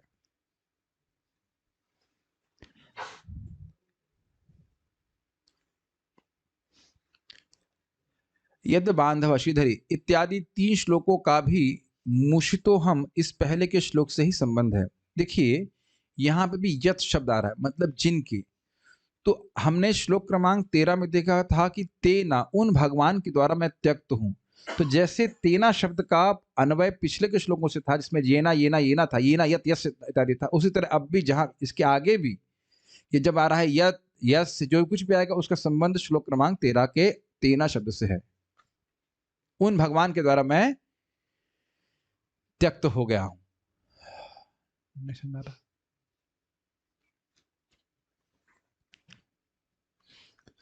देखिए ये सब इस तरह की व्याख्या समझने के लिए आपको अपना प्रयास भी करना पड़ेगा।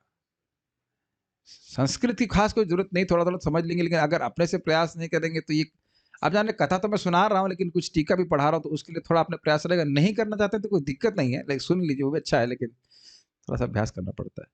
पिछले श्लोक में सुने थे ना, मूषितोस्मि, मैं उनके द्वारा त्यक्त हूं। तो उन, तो यहाँ जिन, तो जिन उनको जोड़ जाना चाहिए। अब तो समझ आ गया हो, ठीक है।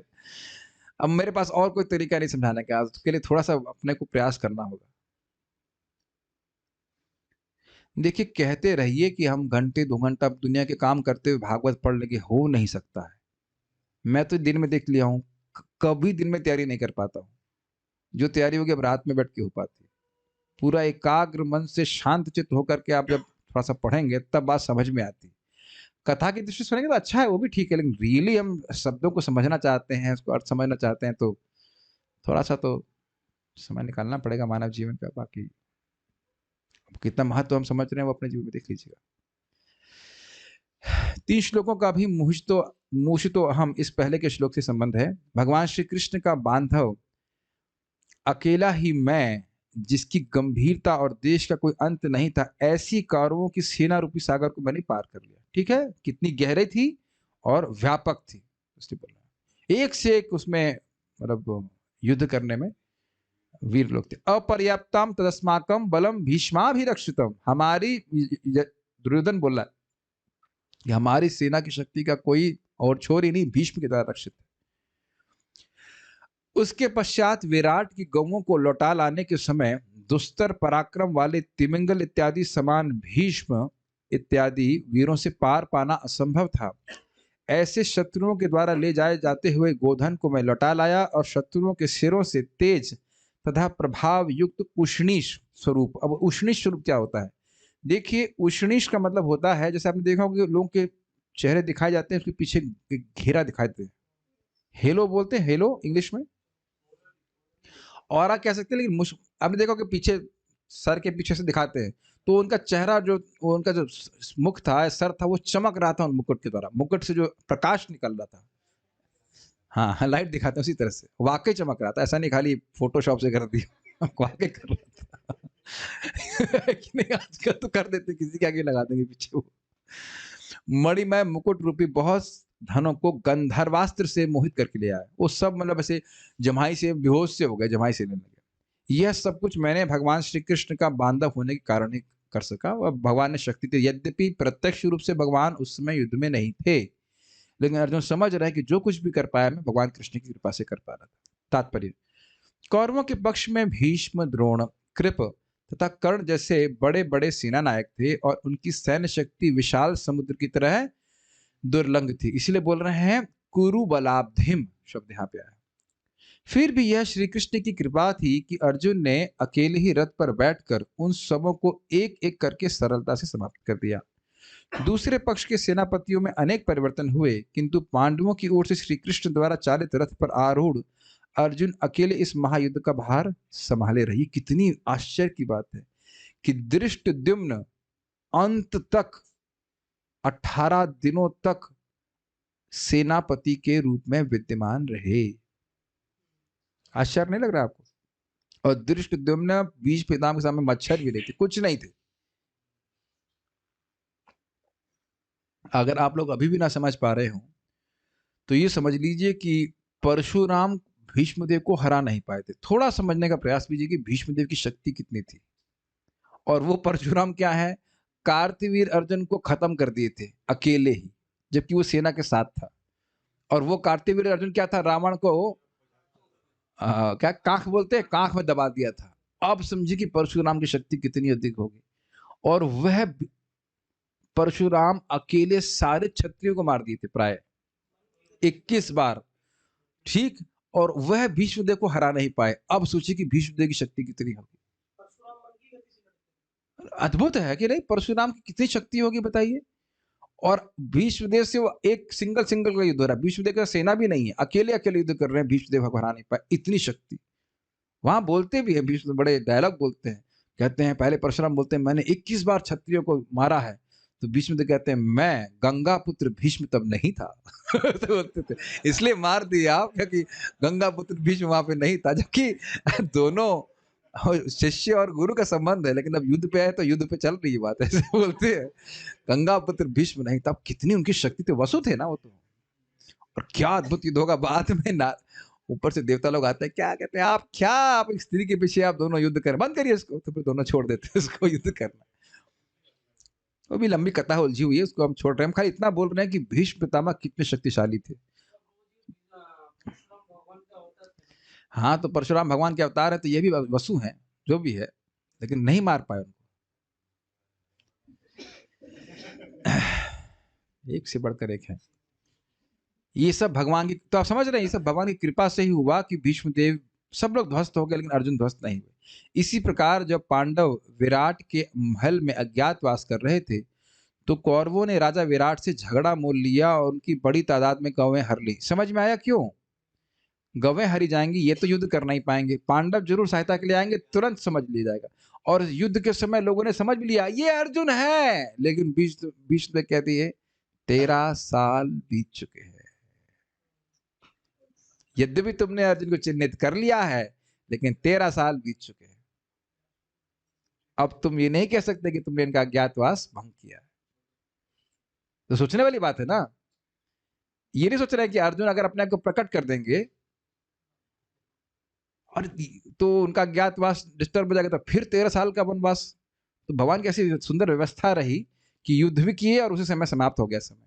दोनों ही समय, उनका जो नपुंसक होने का समय था वह भी समाप्त हुआ, अज्ञातवास भी समाप्त हुआ और वह युद्ध में जीत भी गए। ये सब भगवान की कृपा से हुआ। ये सारी बातें उलझी हुई हैं कि नहीं इसमें? एक दिन भी पहले अगर युद्ध होता और अर्जुन इस तरह सामने आ जाते, अच्छा इतना सोचिए इसके ऊपर, सारी इक्वेशंस बिठाइए।